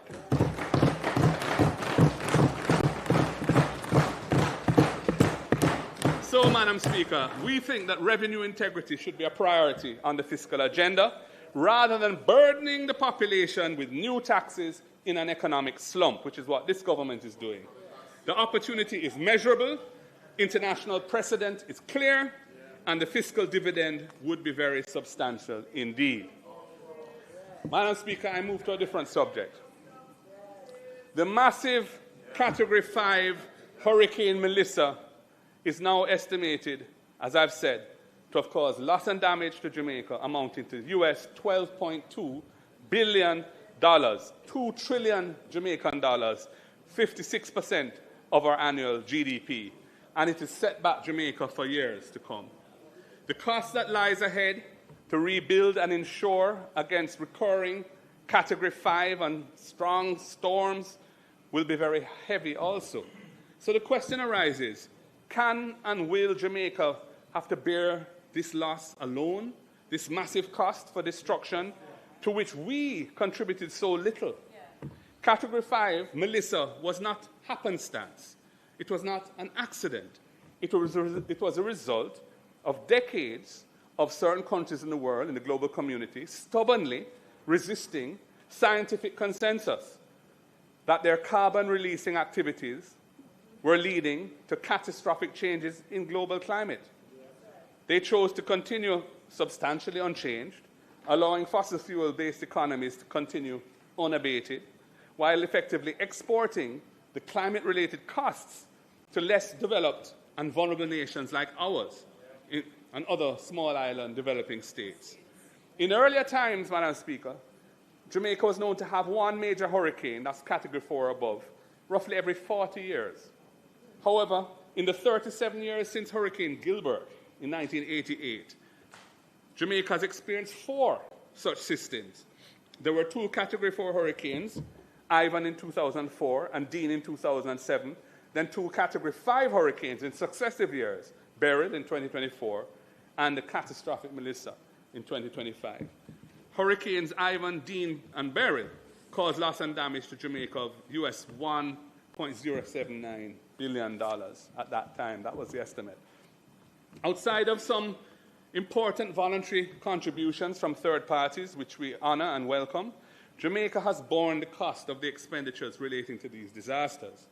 Financing, mainly through loans, incurs interest and capital repayment, as well as sometimes conditionalities that fetter our room for maneuver. Jamaica has had to absorb these costs substantially on our own because, firstly, the link between CO2, carbon emissions, and climate change was not firmly established at that time. And secondly, the legal, scientific, negotiating, technical, and administrative capabilities were not in place to do anything about it. And thirdly, the international legal framework was still in negotiation. Madam Speaker, Hurricane Melissa has created a potentially game-changing shift. Among other things, firstly, Melissa did not follow the historical pattern of these major systems. It was a tropical storm which, while meandering slowly, almost stationary in the Caribbean, intensified rapidly in these waters, where sea temperatures have reached 1.4 degrees above pre-industrial levels, and then it moved directly to Jamaica. It is generally accepted that Melissa's peculiar intensification and power were a climate-related phenomenon. Secondly, Hurricane Melissa struck Jamaica about 4 months after the International Court of Justice, the World Court, had issued a unanimous advisory judgment that states can be held liable for damages caused by climate change. Now, Jamaica has been a minimal emitter of greenhouse gases that have caused global warming. Yet we are bearing the pain from the irresponsible and selfish actions of others. This is fundamentally unjust and unprincipled. As a major victim of the effects of climate disasters, Jamaica cannot remain docile and just passively assume a mountain of additional climate-related debt that will fetter and postpone our national development for decades to come. Our country has a duty to lead in its advocacy for fair and just compensation.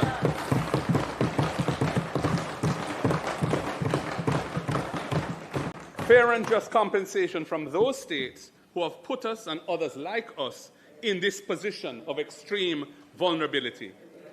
In our interests, in our own interests, and out of a duty to other vulnerable countries like ours, which continue to bear the loss and damage from climate change and will continue to bear it, should now assemble a team of the most experienced legal experts and prepare a legal brief on the possibility of recovering compensation for the loss and damage inflicted on us by Melissa. The ICJ, the International Court of Justice, opened the door last year, and we must push that door further open. Madam Speaker, the legal brief should consider the prospects of a case being taken to the International Court of Justice, relying on the responsibility of certain countries for the global temperature increases that resulted in the damage wrought by Hurricane Melissa. A decision of the International Court on this issue would be binding on the states found liable for the overheating that triggered Hurricane Melissa. That decision, which would be of considerable economic value for Jamaica, may possibly be obtained pursuant to the contentious jurisdiction of the International Court. It is not beyond imagination that this could be done, and we owe a duty to other countries and ourselves to see if it's possible. Alternatively, but in the same solutions-oriented spirit, the government of Jamaica should assume a leadership position to encourage the United Nations General Assembly to seek the International Court's opinion on the levels of compensation that major contributors to global overheating may be called upon to pay for loss and damage caused to individual countries by changing weather patterns. In the matter of loss and damage caused by the climatic effects of global warming, surely the law and equity are on the side of small developing states that have not contributed in any significant way to this phenomenon. It is the states which are responsible for major fossil fuel emissions who are causing the loss and damage from monster hurricanes like Melissa. As these major states have caused the damage, then it is fitting that they should make reparations for it. This is in keeping with general principles of state responsibility in international law, as well as rules implicit in various treaties on climate change and that are in force today. I commend this to the government and ask them to explore it. We cannot just sit back and have a 56% hit to our economy for something that we didn't cause and that was clearly climate-related, and we'll just borrow the money and move on. We're not moving on. We're going to have to pay that debt back.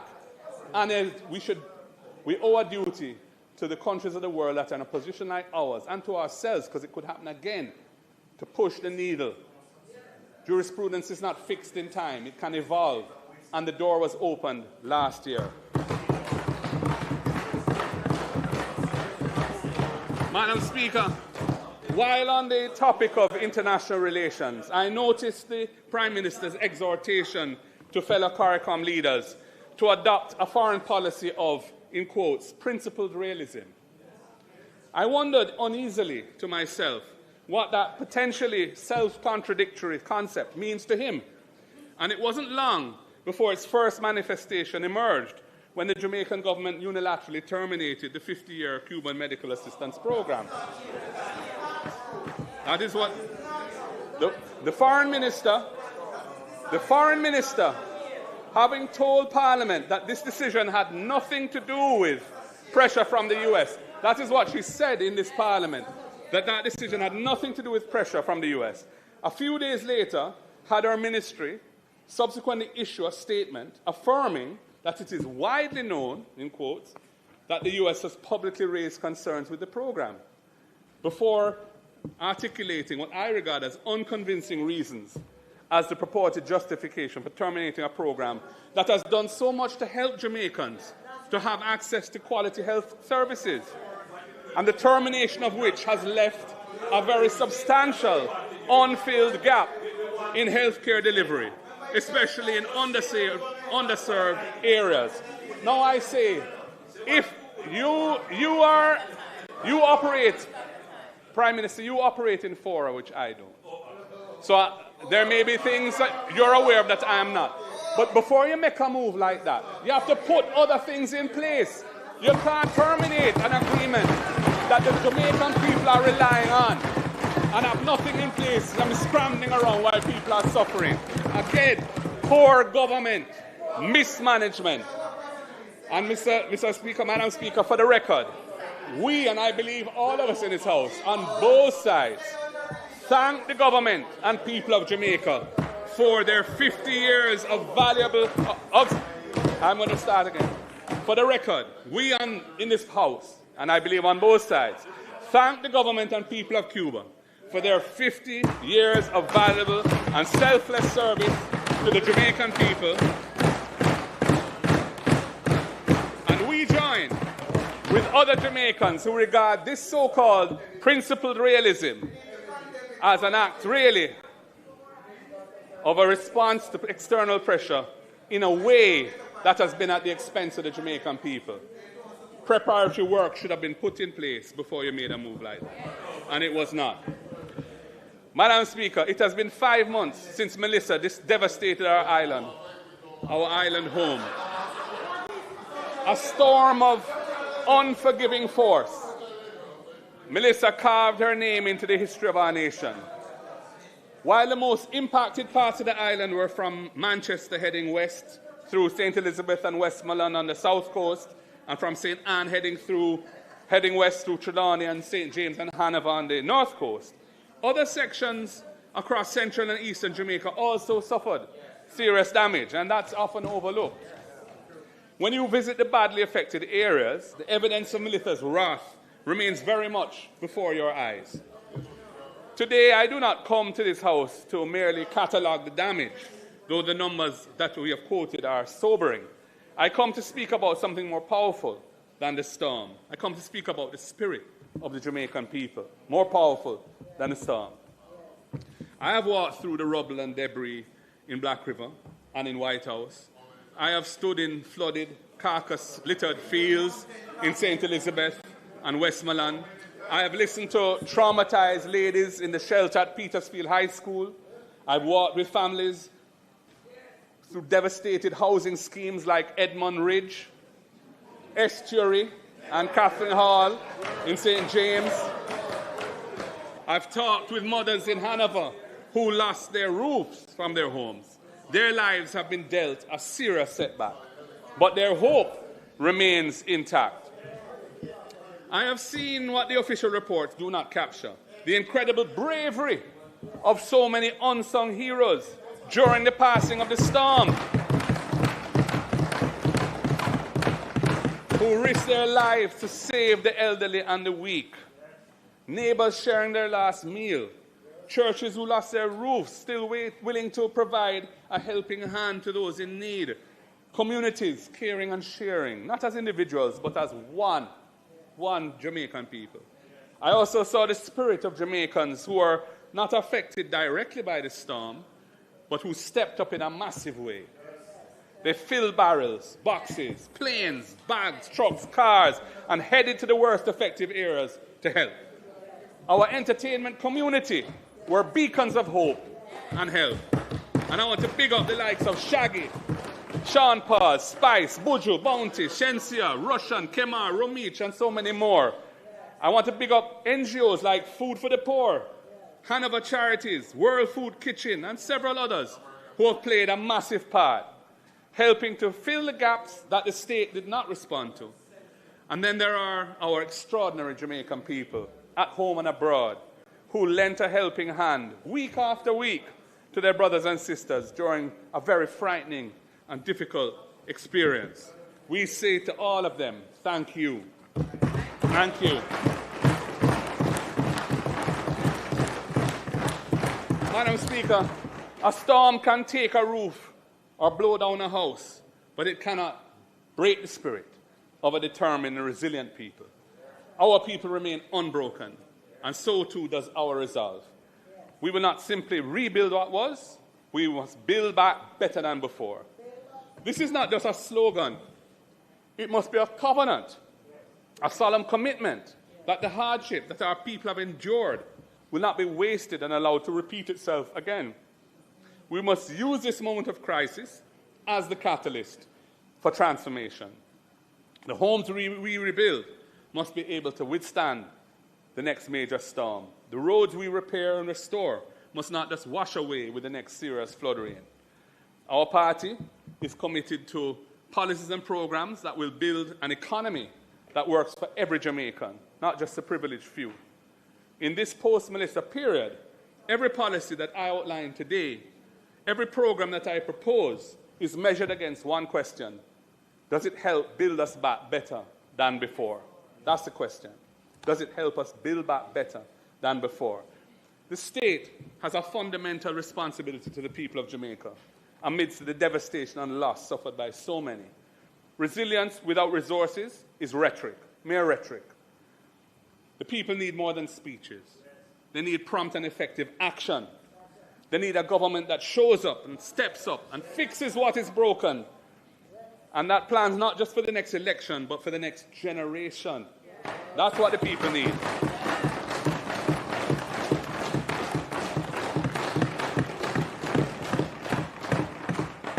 So how do we... Yes, I will. So how do we pay for recovery while maintaining fiscal discipline?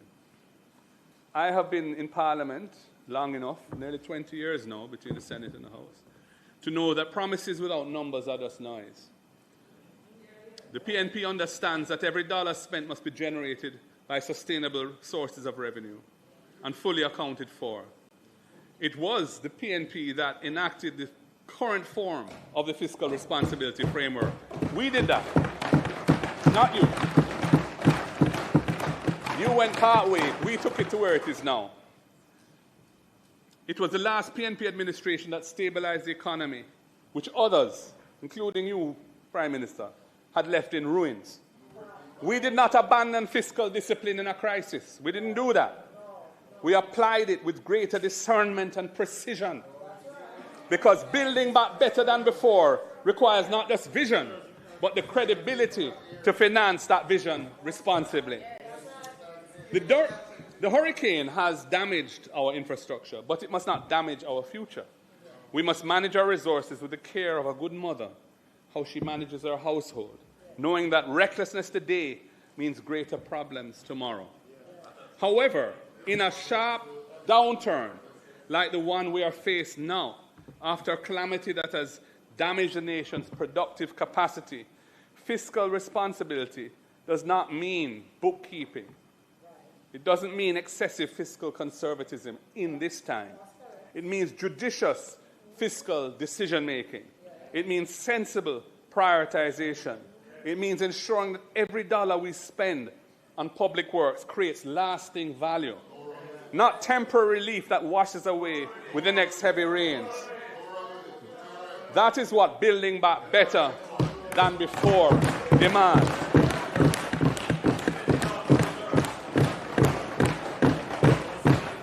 When I look at the estimates of expenditure that were tabled in February, I have to ask, where is the vision for recovery and reconstruction?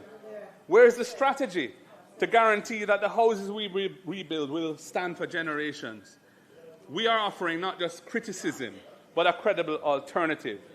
Resilience built in, not added on. And this must be done while protecting the fiscal gains that Jamaicans have sacrificed so much to achieve. They're not your successes or our successes. They are the people of Jamaica's successes.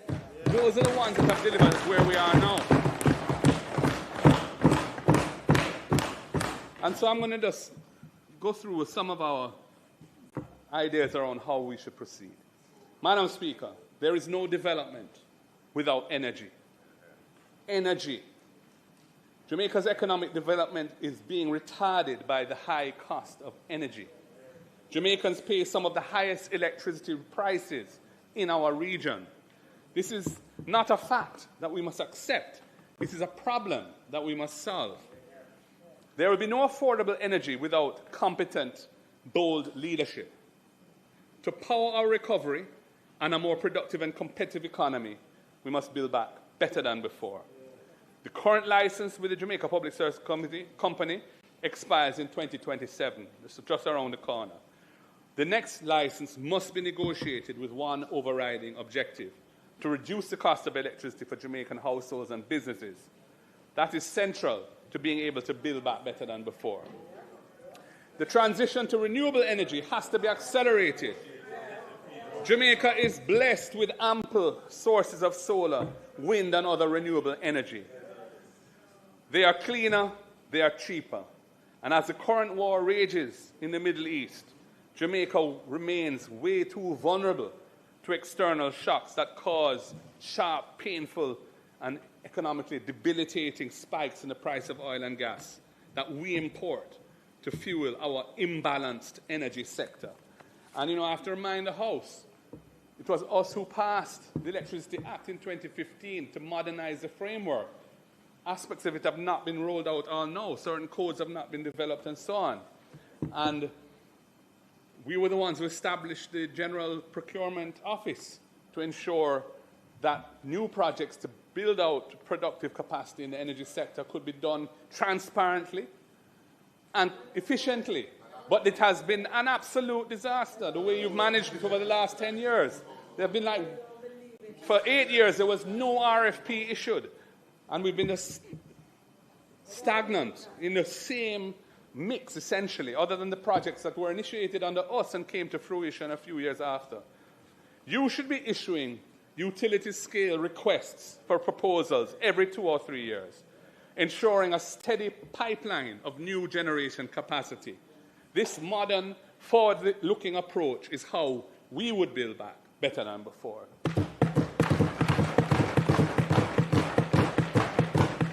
You also need to seriously tackle the social dimension of energy poverty. Tens of thousands of Jamaican households remain informal customers, living in fear of fires and disconnection. Our electricity empowerment program would help low-income houses and households regularize their connections with support for rewiring, inspection, and solar panel installation. We've been calling for this for several years now. You made a small start last year. It's kind of faltered. In my own constituency, I was one of the first people to write in with a proposal for the program that was announced last year to be rolled out in my constituency. I've heard nothing since. You also, I should say that our electricity empowerment program would help low-income houses regularize connections, supporting rewiring, inspection, and solar panel installation. This is not just about reducing electricity theft. It is about restoring dignity and security in people's homes. It's about bringing everyone into the light, safely and affordably. That is building back better than before.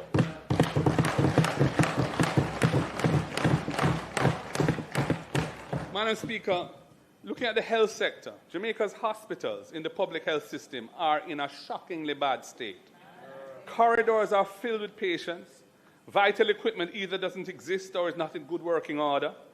The staff are doing the work of 3 people each with the resources of 1. The crisis in our public health system has now been compounded by the decision of this government to terminate the Cuban arrangement.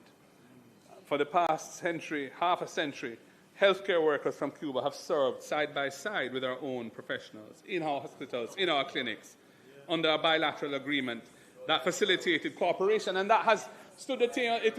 That bilateral agreement has been continued on under governments on both sides. At the time when our emergency departments are overflowing, when our operating theatres sit idle for lack of staff or bits of equipment that aren't working, when our nurses are immigrating in such high numbers. This government has chosen to send home, a couple of hundred Cuban doctors and nurses who are on the ground, working in public health facilities and serving our people. That is not building better than before, unless you have something in place to replace it, which you don't. So I say, why not roll out a national health insurance scheme, beginning with full coverage for our most vulnerable?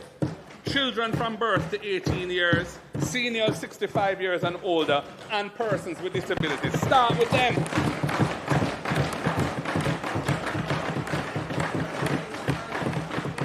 This expansion of coverage should be a cornerstone of building back better than before.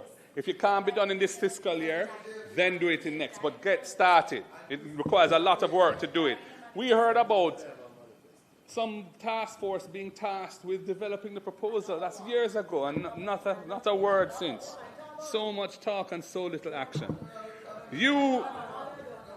Madam Speaker, you guys, your side, should prioritize functioning diagnostic services in every public hospital. Functioning. No patient should have to wait for an ambulance to transport them elsewhere for a CT scan.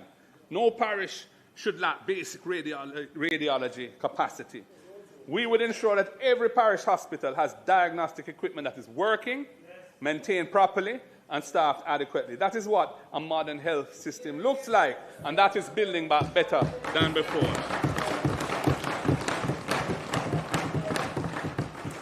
And we have this Cornwall regional debacle going into its umpteenth year. I don't know how many years since that project started with a $2 billion budget.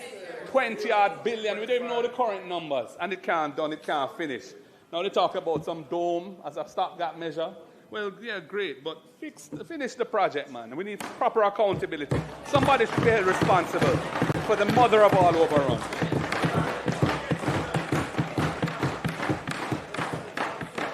Madam Speaker, prevention is better than cure.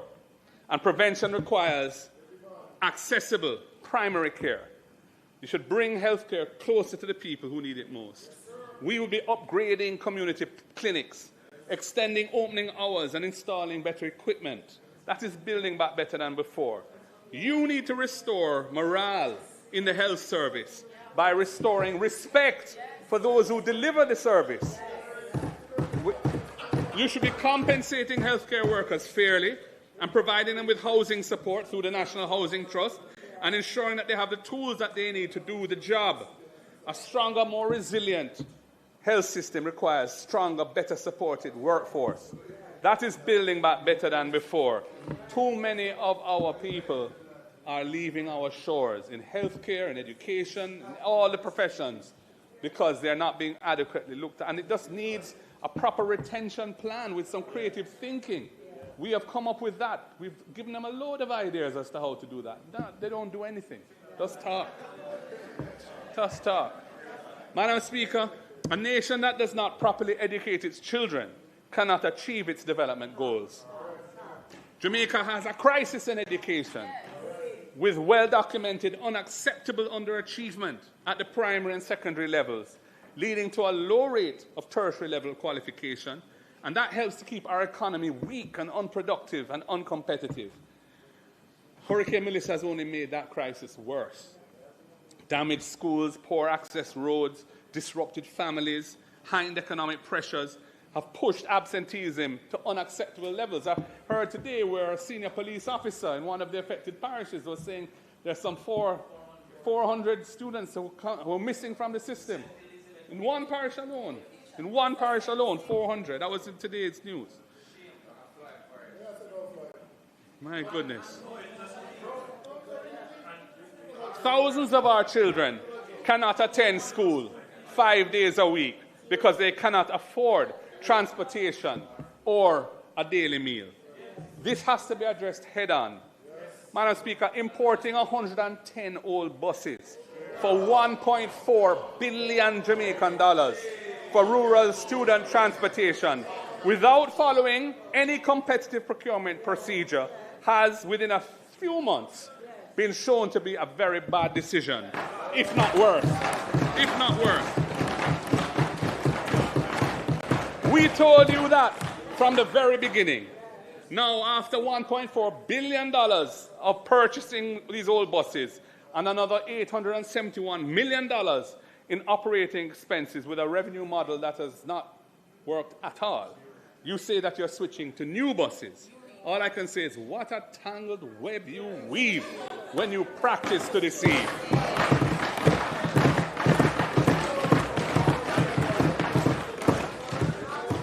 Madam Speaker, our plan would have given the people the Rural Initiative for Delivering Education, we call it RIDE, to provide transportation subsidies, initially for 20,000 vulnerable primary and secondary students who are outside of the JUTC network. We would be partnering with vetted, licensed transport operators and schools to deliver a cash-free, transparent system with the objective of ensuring that no child is left at home because of transportation challenges. We would have started with that. That is building back better than before. We all know a hungry child cannot learn, an undernourished child cannot concentrate. You should be ensuring that every child who needs a meal at school receives one every single school day. We would be rolling out the Ensuring Adequate Sustenance for Education program, EASE, to expand school nutritional support for 245,000 children. That would be building back better than before. You should be making sure the children learn, not leaving so many to suffer in illiteracy. Our plan would be tackling the systemic underperformance by investing in teacher training, smaller classes, modern learning techniques and materials. We would be relentlessly prioritizing the fundamentals of reading, writing, and arithmetic and cognitive skills. You have just started to scratch the surface. Thank God for a few private sector and NGO operators who are showing the way in how to address the issue. But it must start early in the school system, not when they're already way past the age that they should be and can't read and write. You should be also addressing the historic deficits of self-esteem, self-love, personal discipline, and a sense of responsibility for others. You should be ensuring our children understand who they are, the greatness of their past and their potential, and what it means to be a citizen of Jamaica. We would be tackling adverse social behaviors head-on by embedding the teachings of the right excellent Marcus Messiah Garvey in the national curriculum and restoring civics education fully. We will be expanding programs for children with special needs, which is a huge problem in the country. Madam Speaker, a respected and motivated teacher is a retained teacher, someone who stays in the system. And a retained teacher is a gift to our nation that keeps on giving for generations. I have to ask, where is your teacher retention plan? You should be encouraging teachers to stay in the system by providing student debt reductions, motor vehicle concessions that increase with years of service, and other things that we have been telling you to do, which are eminently doable, which would make a big difference to the lives of our teachers, increase retention, and you're not doing it. You should be prioritizing our teachers when it comes to National Housing Trust allocations of houses. You should be negotiating package deals for teachers to get free internet service as a tool of their trade. You should be valuing our educators by practical policies that improve their quality of life. That is building back better than before.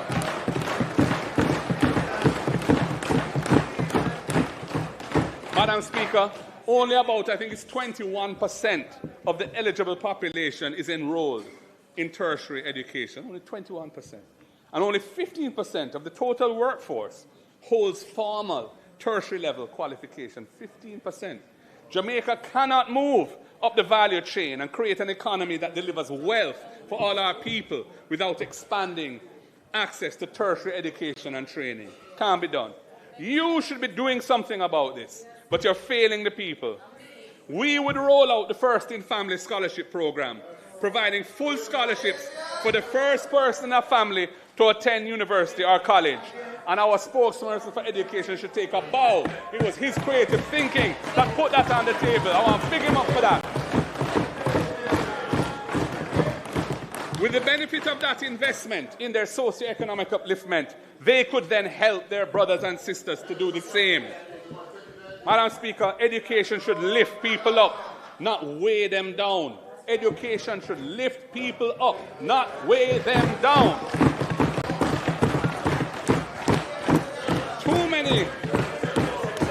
Too many graduates are suffering under the weight of student debt. You need to do more for them. We would have capped student loan bureau loan repayments at a manageable percentage of the borrower's income. We would have suspended their payment obligations during periods of unemployment, taking the risk of economic malaise off of the student and onto the state where it belongs. And we would not have charged them penalties for that suspension of their obligation. We believe that creating accessible transition from education to employment is building back better than before. We commend our ideas to you. Madam Speaker, Hurricane Melissa did not only destroy homes, it damaged livelihoods. Our farmers, already struggling with low technology, limited financial assistance, limited technical support, lost crops and livestock, lost greenhouses and other structures, and months of invested labor and capital gone, they are suffering. But in every crisis, there lies an opportunity. The opportunity before us is to transform Jamaican agriculture into a modern, resilient, productive sector. That is how to build back better than before. I'm sure you agree. You need to get more serious about building agriculture as a pillar of the economy. Investing in our farmers is building back better than before. We would have established an agricultural development fund financed by a reallocation of a portion of existing import taxes on foreign food and investing those import taxes in our own production and our own farmers and uplifting them. That's what we would have done. We would use it to support land preparation, irrigation, storage, and marketing for local farmers. We would be reducing post-harvest losses from 30% to 20% or less in 5 years. We would be expanding irrigation from the current 18% of arable land to at least 25%. Water security enhances food security, and that is building back better than before. Madam Speaker, you should be deepening on that side, should be deepening and strengthening the linkages between farmers and consumers. The school feeding program should prioritize locally grown, nutritious food. Empower our farmers and feed our children. Hotels and restaurants should be encouraged and supported to buy Jamaican. It's hardly happening. Special economic zones should be established for agriculture. Special economic zones should be established for agriculture, focusing on export crops where we have a competitive advantage. And there are several where we have a competitive advantage. But production levels are so low compared to even 20 years ago. Agriculture is really not going where it needs to go. For example, yam, spices, orchard crops, and medicinal cannabis. I hope you make a difference in that area, because your predecessors have been hopeless. I'm really looking forward to seeing you make some progress. Want to see action. Creating these linkages and markets would be building back better than before.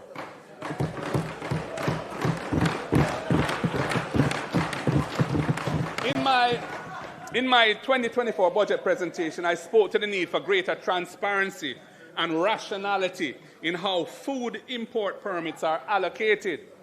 Imported produce that competes with local farmers raises serious issues of fairness, as the playing field is not level when farmers in North America and Europe benefit from massive state subsidies alongside other advantages such as economies of scale.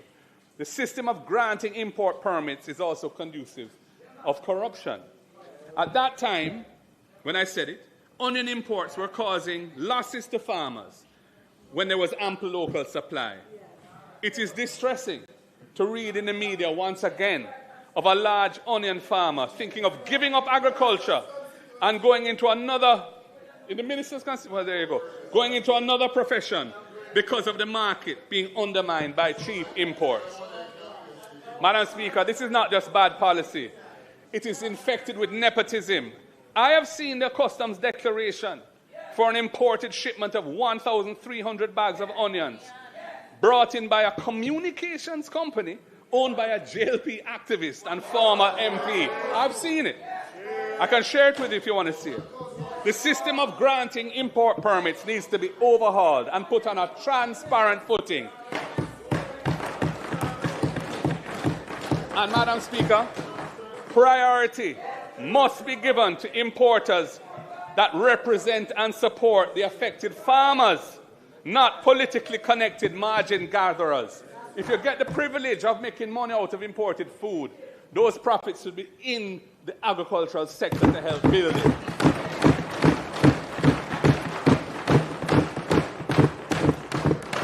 Madam Speaker, in the context of this discussion on food security, it is also worth pointing out a peculiar vulnerability of the Jamaican economy, which is our abnormal dependence on remittances. Remittances provide currently some 3.5 billion US of financing to the Jamaican people each year.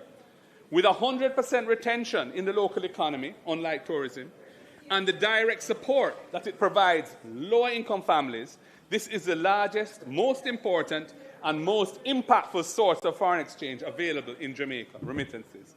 Remittances are a vital buffer in times of crisis. During the pandemic, when other large foreign exchange earners dried up as international travel ceased, our balance of payments remained largely unaffected, and the exchange rate remained stable because of the increase in remittances, which effectively rebalanced the current account of the country. Similarly, after Melissa struck, in December 2025, net remittance flows of 315.3 million US represented a 13.6% increase over the same month in the prior year, helping to fund the revaluation of our currency, which has taken place since December. And that has helped to keep inflation below what the Bank of Jamaica had originally projected after the storm. And in fact, I think the inflation numbers for February were just published. And again, it's below the lower band of the inflation target of 3.9%. Even in normal times, remittances help to sustain our current account balance and finance our imports, including $1.4 billion of food imports, which amount to nearly 20% of total imports, something which we cannot continue to allow. It's not sustainable, and it is depriving value added and wealth creation in our economy. But we have to big up and give thanks to the Jamaican diaspora for their commitment to their home country.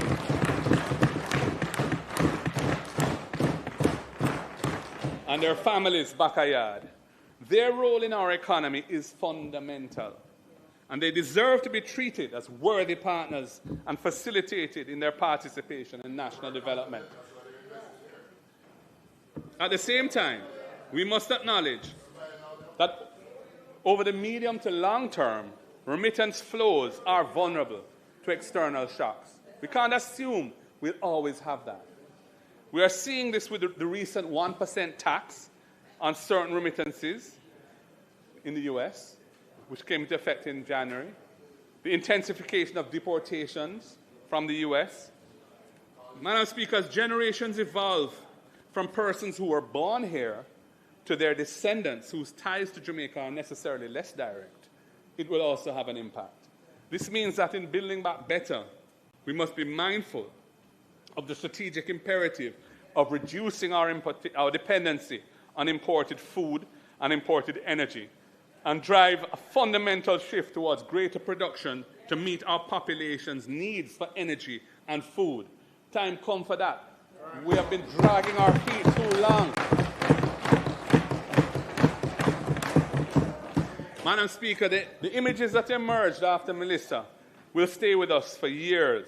Families sifting through rubble, children sleeping in schoolrooms, community centers, elderly persons exposed to the elements.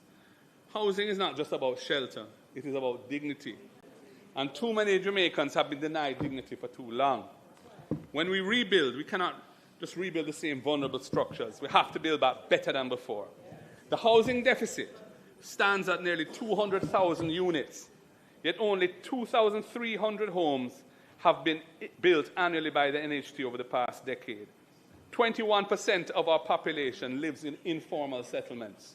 This is not merely another statistic. This is a national failure of epic proportions.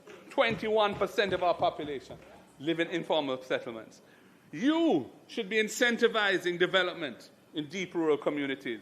You should be offering relocation grants to teachers and healthcare workers to serve in those areas. We would be building at least 500 new houses per term in rural constituencies, and we would prioritize public sector workers and persons with disabilities in the allocation of those houses. That would build back those communities better than before. Madam Speaker, the government must end the annual extraction of $11.4 billion from the National Housing Trust. When it was implemented, it was for 4 years. That should have ended in 2017. 9 years later, it's still going on, and they've announced that they're going to continue for another 5 on top of that. Our spokesperson for finance has shown how we would finance this in a fiscally responsible way, so you don't have to take it anymore. That money should once again be used for housing, not for plugging the government's fiscal accounts. Creating new, affordable home ownership is the only way we ensure that Jamaicans who are toiling day and night to get ahead actually have the opportunity to own their own home. You are failing as a government to meet the affordable housing needs of the people. That is undeniable. Undeniable. That is why we would have established the Young Owners Deposit Fund out of the resources of the NHT to provide grants of $500,000 to first-time home owners under the age of 45 who have contributed to NHT for at least 2 years. That would have helped them to get on the housing ownership ladder. It is why we'll be granting new home buyers a 3-month grace period after their home purchase, before their mortgage payments begin, so they have breathing room to fix up the house and furnish the house. It is why we would have rolled out the rent-to-own program so that self-employed and informally employed Jamaicans can become homeowners. After 6 months of consistently paying rent, they would be qualifying for an NHT mortgage.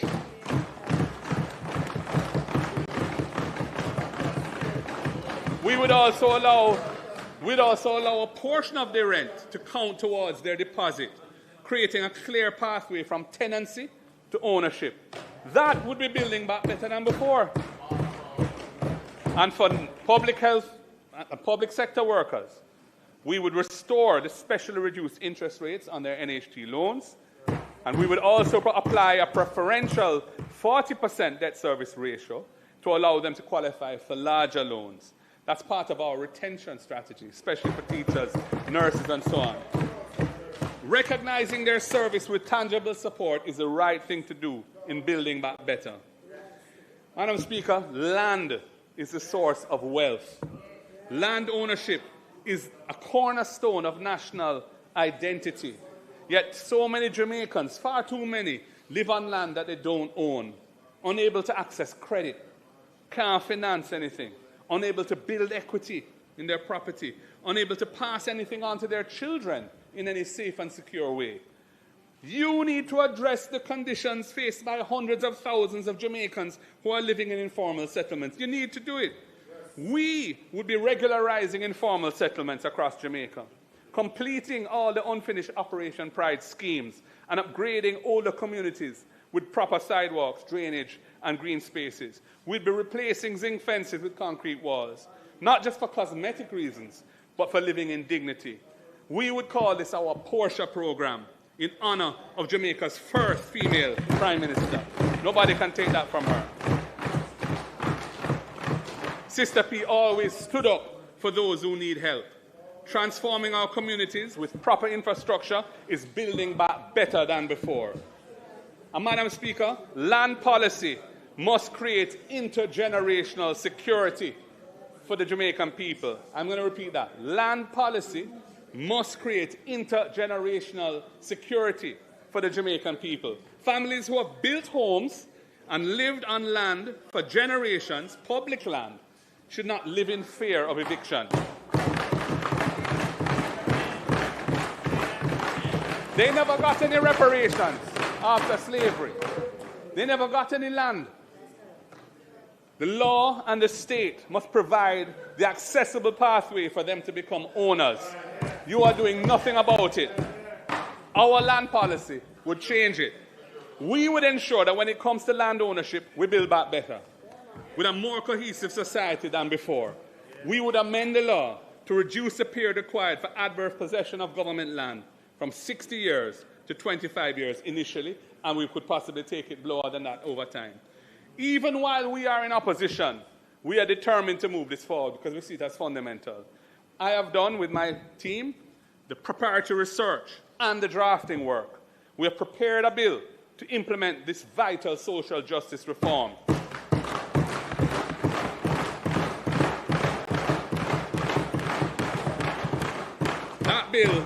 That bill will seek to amend 3 pieces of legislation.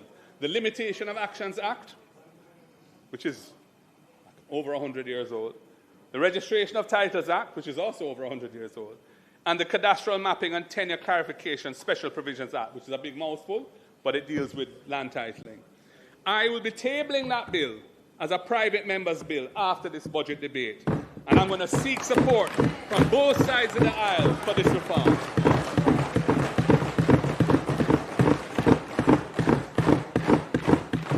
Madam Speaker, and where possession is well established, but the 25-year threshold has not yet been met by the person on the land, we would facilitate purchase and titling for them at affordable prices with concessionary payment terms. We need to make owners out of the Jamaican people so that they have a piece of the rock.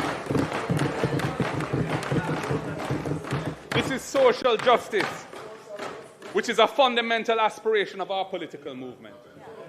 That is building back better than before. Madam Speaker, after 10 years in government, what have you done about beach access in Jamaica? More and more beaches are being taken away from the public. Our people are crying out for access to the beaches of the island. You've been dragging your feet on this issue for years. Your policy is stuck in the usual multiple announcements phase. You know, this is announced, and then it's announced, and it's announced.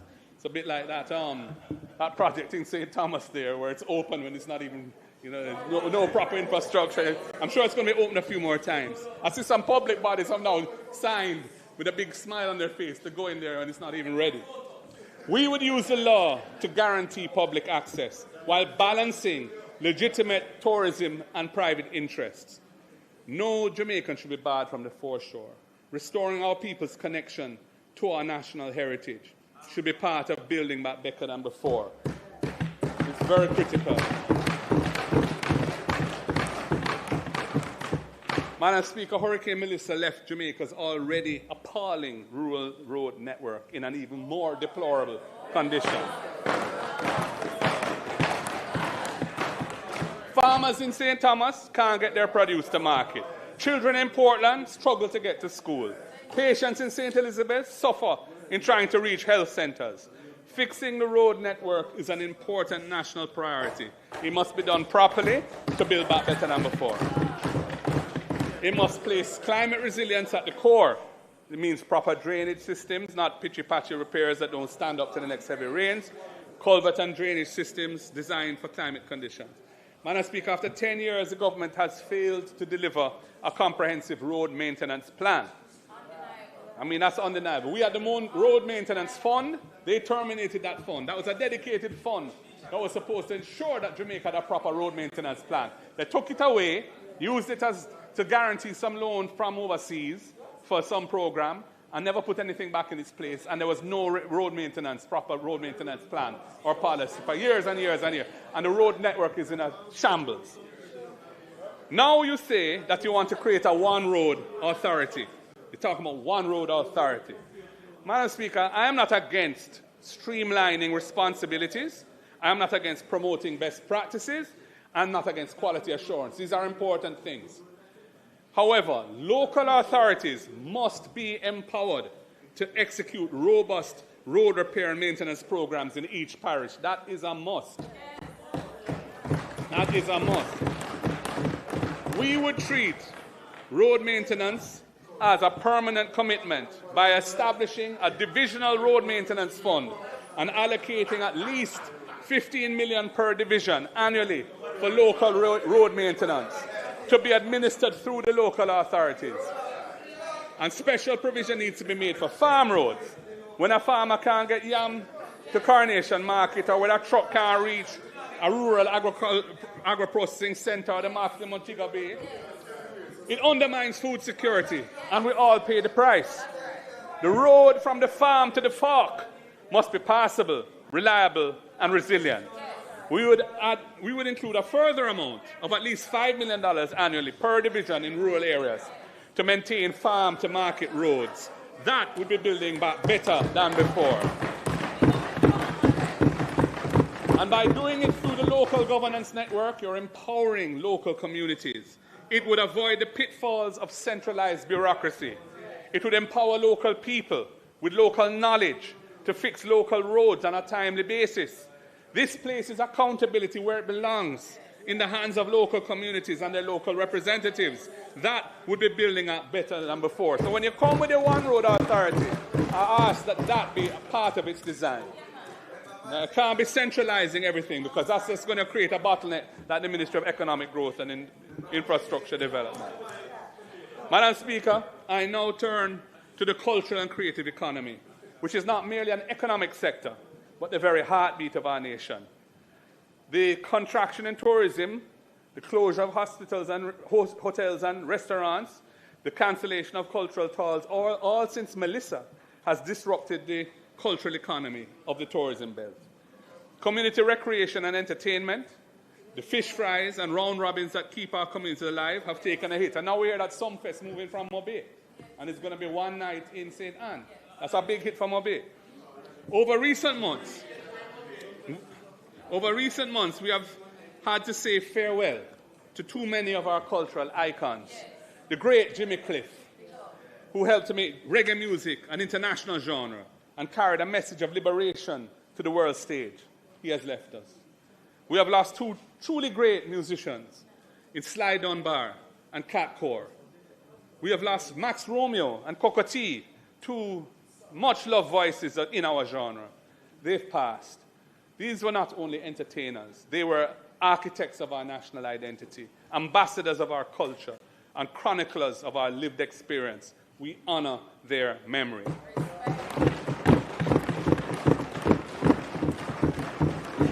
It is in this context that I renew my call, made in this House repeatedly over the past years, for the conferral of the Order of National Hero on the Honourable Robert Nesta Marley and the Honourable Louise Bennett Coverley.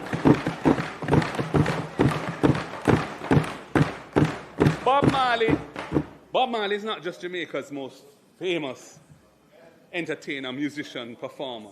He is a global symbol of one love, of unity, of resistance to oppression in all its forms. His legacy continues to grow and inspire all peoples of the world. He is deserving of our highest national honor.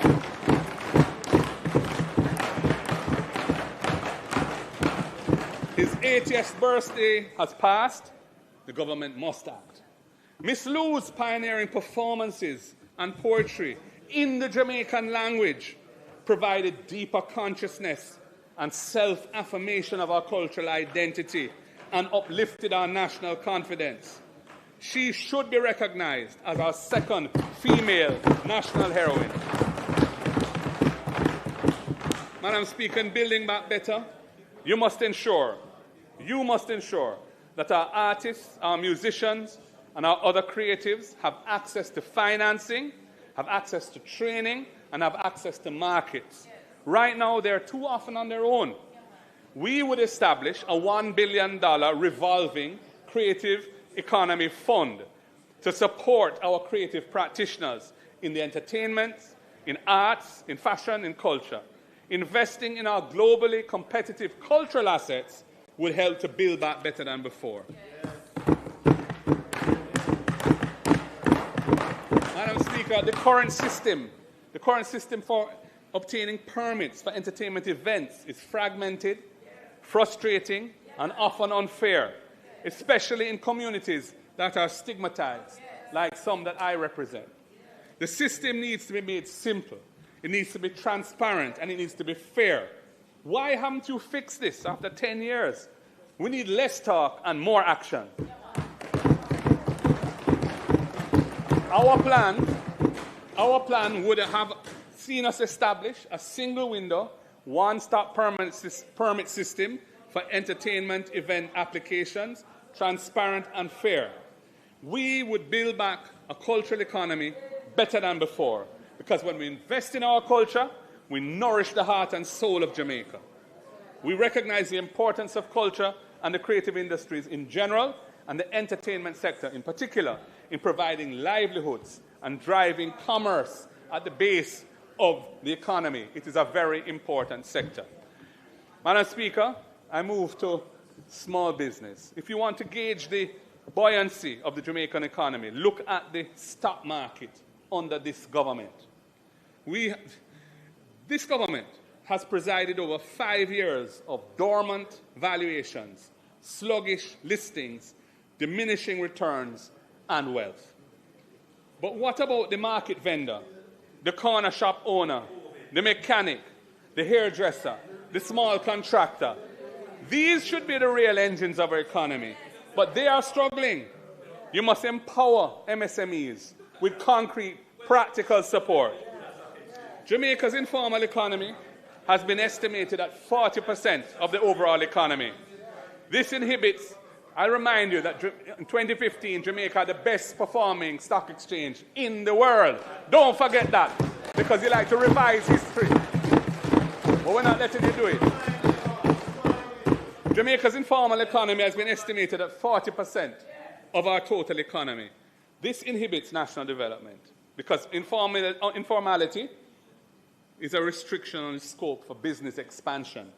These businesses are often excluded from the financial system and from opportunities to build market share, and it contributes to our weak economic growth. The informal economy, Madam Speaker, the informal economy is large, not because Jamaicans want to be outside the system, but because the barriers to formalization are high and the incentives to do so are unreachable. The cost of compliance when MSMEs seek to formalize, both in terms of fees, in terms of effort, are burdensome. Too many of Jamaica's bureaucratic systems are business unfriendly. Even government programs for MSME support that are announced and funded year after year have failed to have the desired impact. Their design and the requirements imposed fail to take the limited capacity of MSMEs into account. And so we don't have transformation, we don't have transition to a better economy. You must lower these costs and remove these barriers. That's your job. That is what we would be doing. That's what we would be doing. We would offer a 3-year tax holiday for businesses once they formalize their operations. We would provide discounted government registration, permit, and licensing fees for doing business throughout the same period for new businesses coming into the fold. We would be building back better than before and empowering the economy at the base. This government, and every government, spends billions of dollars annually on goods and services. Small businesses should get their share. The law to allow this has been in place since 2019. We modernized the procurement system with the Public Procurement Act. Regulations took a long time to come after we did that. 2019, they came with provisions for setbacks and margins of appreciation for vulnerable and underserved groups, etc. 2019, nothing has been done to make it happen. 7 years later, you're saying you want to do it now. Well, let's see. This cannot be just mere talk and more of the same. You should be proactive in pushing these arrangements to favor MSMEs. Earmark 15% of government contracts for MSMEs. Actively monitor that target to ensure that it happens. Don't just set a target. Monitor the target, and if it's not on track, Why is it not on track? What adjustments need to be made to make it happen? That's what we would be doing. That is building back better than before. Madam Speaker, our young people in this country have ideas, they have energy, they have talent. They need capital. They need mentorship. What are you doing about this? I don't see nothing. Way too little. We would have established a revolving $1 billion National Youth Innovation Fund to support youth-led tech and creative startups, empowering our youth to innovate and lead. That would be building back better. You must do something for the young people. I move to workers' rights and the dignity of work. Madam Speaker, the labour movement worked to build modern Jamaica.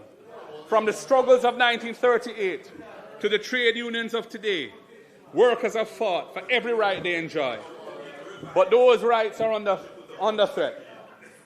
A stronger, fairer economy for workers is what it means to build back better than before.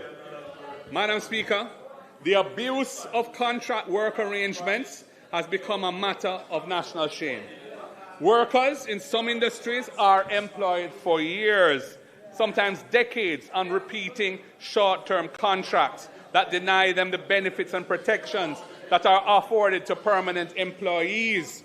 This undermines families' long-term security, it weakens social cohesion in our society, and it must end. You seem happy to let things continue the way they are. We would not do so. We would ensure that genuine workers receive genuine rights, regardless of the legal form of their contracts. We would be passing comprehensive legislation to eliminate abusive contractual arrangements. That is building back better than before. Madam Speaker, Jamaica needs to promote productivity as the cornerstone of a strong economy. If you work extra hard, you should keep what you earn. What are you doing to incentivize greater national productivity? That's what I want to know. What are you doing? We would remove taxes on overtime pay for persons earning up to $6 million annually. We would remove tax from tips and gratuities for hotel workers and others in the hospitality sector. We would establish joint industrial councils in sectors with high employment but low union representation, bringing employers and workers together to negotiate basic standards on pay and conditions that will attract workers to those industries. Right now, they're struggling to find employees because the conditions of work and other terms are not attractive. That needs to be fixed. That is building back better than before. Madam Speaker, no Jamaican in full-time employment should be living in poverty. We would task the Planning Institute of Jamaica with developing a framework for transitioning from a minimum wage to a living wage, tied to the actual cost of living and adjusted annually for inflation. This would be building back better than before. No more arbitrary increases and so on. It would be a better system. But, Madam Speaker, while doing these important things for the workers, we must not leave out the employers. In taking on the risks of business, they create employment opportunities for our people. They tell us that one of their biggest challenges right now is finding skilled workforce, a skilled workforce that their business needs. Our economy generally, and reconstruction after Melissa in particular, requires skills that have been depleted in this country by years of migration and the mismanagement, quite frankly, of the national training system. This government has failed to come to grips with the productivity gap. Productivity has been in persistent long-term decline in Jamaica at an average annual rate of nearly 0.9%. That problem must be addressed. Sustainable economic growth cannot move to the next gear without a skilled workforce to drive productivity. Good. I'm glad to see you clap. I want to see you do something about it. That's what I want. I don't want to clap. I want you to do something about it. We do not believe in importing workers when Jamaicans here can do the work. We don't believe in that. On the other hand, where skills are needed to build the economy, and those skills are not available here, it holds back investment and growth. Our system of work permits needs to efficiently, transparently, and inexpensively facilitate the filling of skills which, based on objective evidence and analysis, are insufficiently available locally. It cannot be that you just open up to foreign workers to undercut local workers, drive down or suppress wages in the economy, and also having a permit system which is often corrupt. That can't be the solution. We would implement a digital system for work permit applications to streamline the process for overseas skills, as has been done successfully in Grenada. Grenada started it, and we can do it. While this will help to drive economic growth in the short term, importing skills cannot be a substitute for building and retaining local capacity. Businesses who employ persons from overseas must put in place apprenticeship programs to ensure the transfer of skills to local workers, so that when the overseas employee's contract is up, the skills are still here to help build our economy. Our plan would also incentivize the building of local capacity by providing a matching grant, dollar for dollar, to businesses which invest in training programs.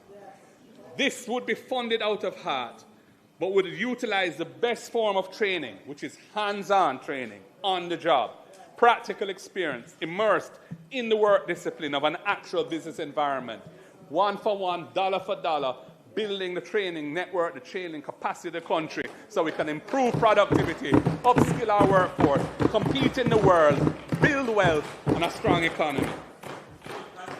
Madam Speaker, the quality of a society should be measured by how it treats its most vulnerable members. You say a lot, but you don't deliver anything. So, our senior citizens, much of whom have spent their working lives building this country, too often struggle to access their pensions on time. Persons with disabilities face barriers in transportation, housing, education, employment, and daily life. Survivors of domestic violence seek shelter and find waiting lists. That's what's happening.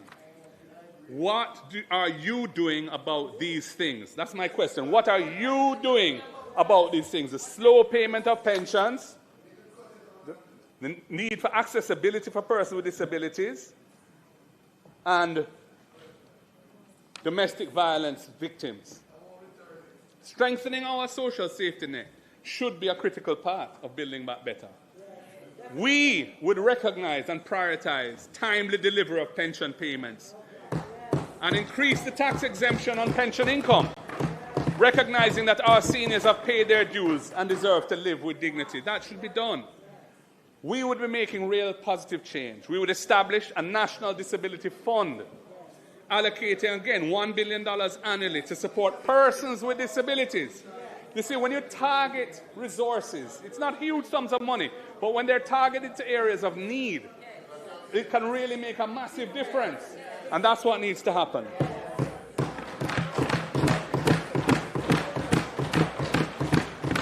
That fund would be providing assistive technologies, improved accessibility, and supporting organizations that serve the disability community. We would increase past benefits for pregnant mothers, ensuring adequate nutrition during pregnancy. We would establish support centers in every parish for survivors of domestic and gender-based violence, providing safe havens, counseling, and legal support. Every parish should have a center for that type of care and protection, because gender-based violence is a big problem right across the country. We recognize that important, unsupported social outreach of the church community and other faith-based organizations. We recognize how important that is. They assist vulnerable Jamaicans, especially in underserved communities.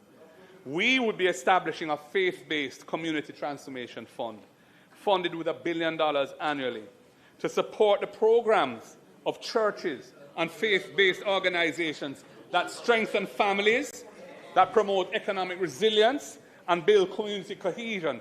They are filling a massive gap in underserved communities, but they struggle. They could do so much more. They have the wherewithal, they have the good intent, they know the people on the ground. The state should get behind them and help to make them make a big difference. Madam Speaker, these are measures that would build back better than before. Now, all well-thinking Jamaicans, welcome and celebrate the significant fall in murders in Jamaica over the past 2 years. And that is after 8 years of questionable policies, using states of emergency as a routine policing tool that the Constitutional Court has ruled to be unlawful. I once again want to extend congratulations to the Commissioner of Police and those brave and selfless police officers for this significant achievement. Respect is due to them. Madam Speaker, the policy of focused deterrence, which we have been calling for some time, has brought results. However, few people are comfortable with a very high level of police fatal shootings. Sometimes in circumstances where there are no living witnesses other than the officers involved. Sustained success in law enforcement requires the support and buy-in of the local population. It does. You can't have a sustained program without the support of the local population. And that support will be at risk if there is a feeling that accountability and justice are being sacrificed. And I've experienced this recently in my own constituency. It's a matter that is probably going to be before the court and so on. I'm not going to speak to it in detail.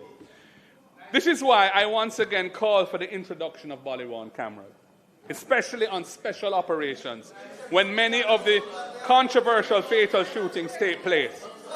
It is not happening. Don't tell me it's happening. Body-worn cameras have been successfully used overseas and are now the norm in several jurisdictions. Madam Speaker, the Jamaica Constabulary Force will benefit.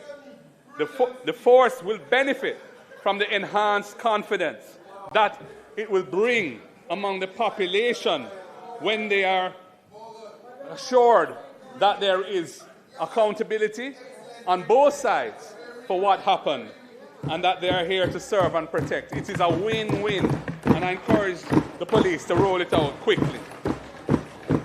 Madam Speaker, thousands of Jamaicans are trapped in a cycle of debt, which prevents them from moving forward. They owe property taxes, they owe traffic tickets, they owe water bills, they owe student loans. Interest and penalties have often grown larger than the original debt, and they cannot see a way out. Providing a genuine second chance to these Jamaicans so that they can start over again is a powerful way to build back better than before. We should offer them a second chance for a clean slate. We would give people some room to restart and recover. We would forgive outstanding interest and penalties owed to the government on these debts. And we would provide a moratorium payment for the repayment of principal. This is an investment in economic activity. When people are freed from the weight of unpayable debt, they can start to build back their lives.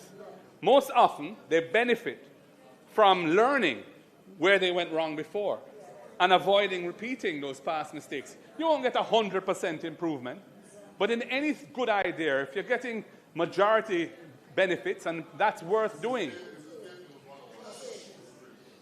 Many will start businesses. Some will buy homes. They will contribute to the economy. Madam Speaker, clean slate is not just compassionate. It is economically sound. It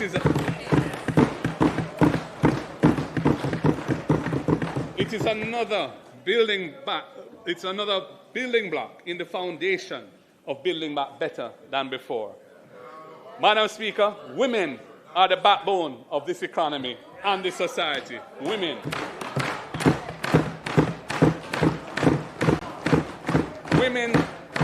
Women run our markets. Women create new businesses as entrepreneurs, including in agriculture. They staff our hospitals. They lead our classrooms. They shape businesses and corporations. They basically are the majority in the judiciary, in the civil service. They hold families together. Our women are real superstars. Yet the data shows starkly that systems and structures of our society are failing women in several respects. 1 in 4 women will experience interpartner violence in their lifetime. 1 in 4. Women earn less. Women earn less than men for equivalent work.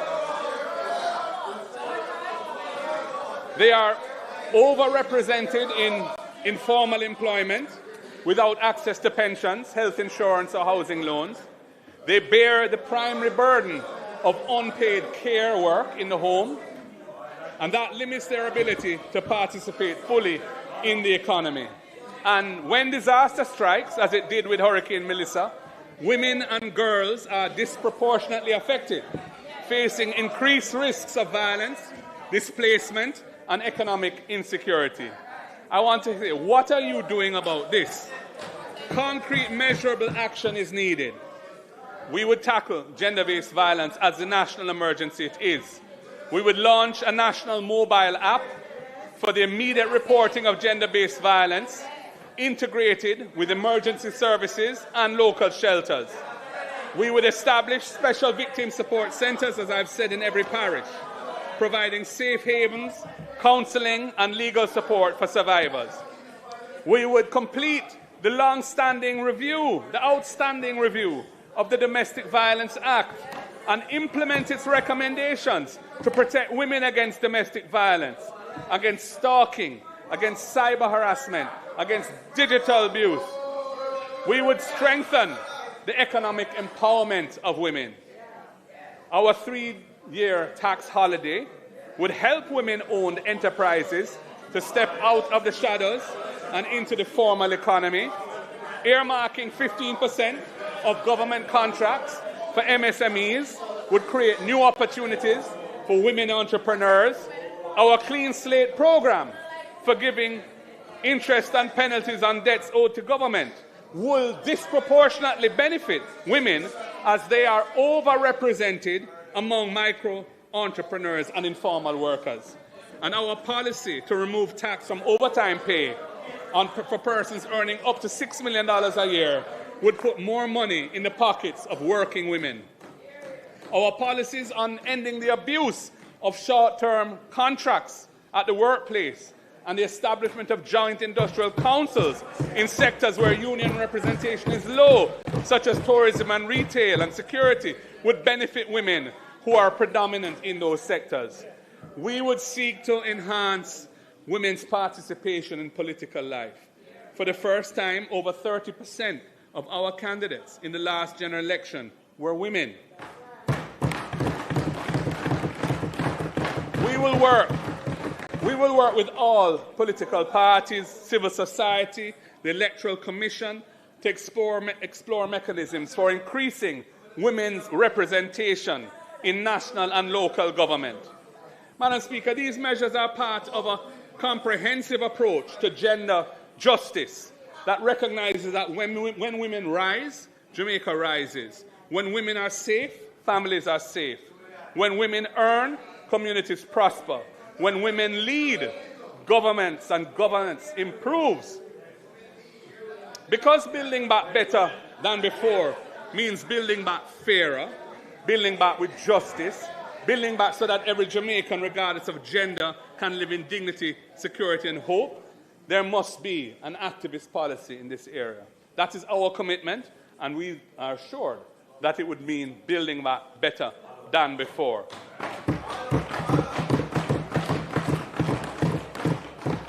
Madam Speaker, in 6 months, Jamaica has endured a ferocious hurricane that has tested our national will and our resilience.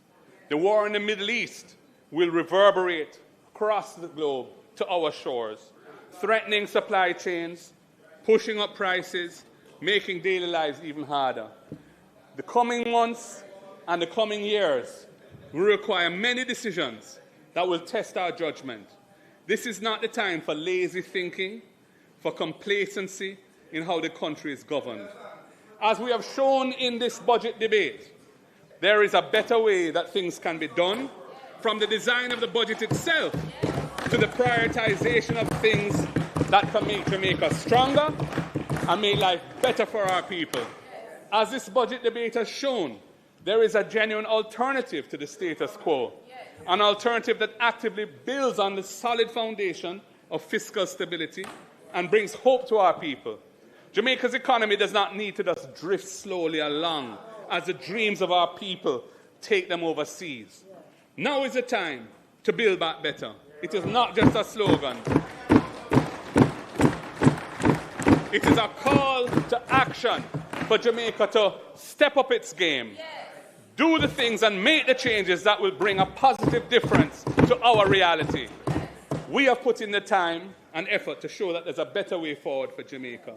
We are ready to confront and overcome the challenges and deliver strong and inclusive national development. Yes, it is possible to build a Jamaica where every child can learn, where workers earn value for their effort, where businesses can grow, where each family can own a home, and where every citizen can live with dignity. May God bless the people of Jamaica and this beautiful land we call home. Thank you.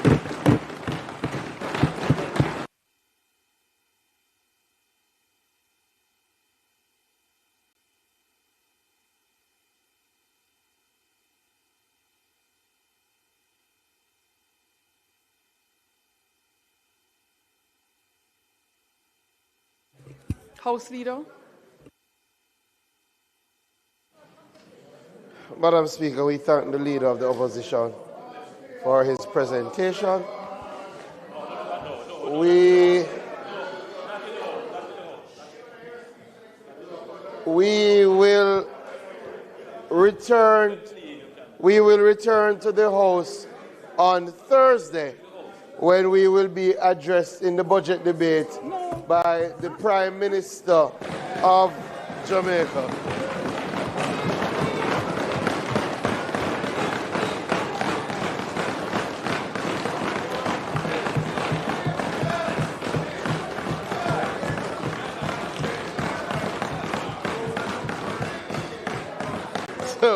Madam Speaker, so we now move to suspend the budget debate and return on Thursday, and it is intended to do no further business today. So I ask that the House be adjourned until Thursday,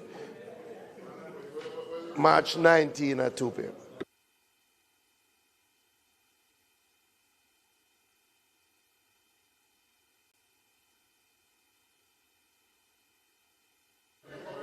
As indicated by the House Leader, the request is that we suspend the debate until Thursday, March 19. Those in favour? Those against? The ayes have it. We now move for the adjournment of the House, which will meet Thursday, March 19, 2026 at 2 p.m. sharp. Those in favour? Those against? The ayes have it. This honourable House now stands adjourned.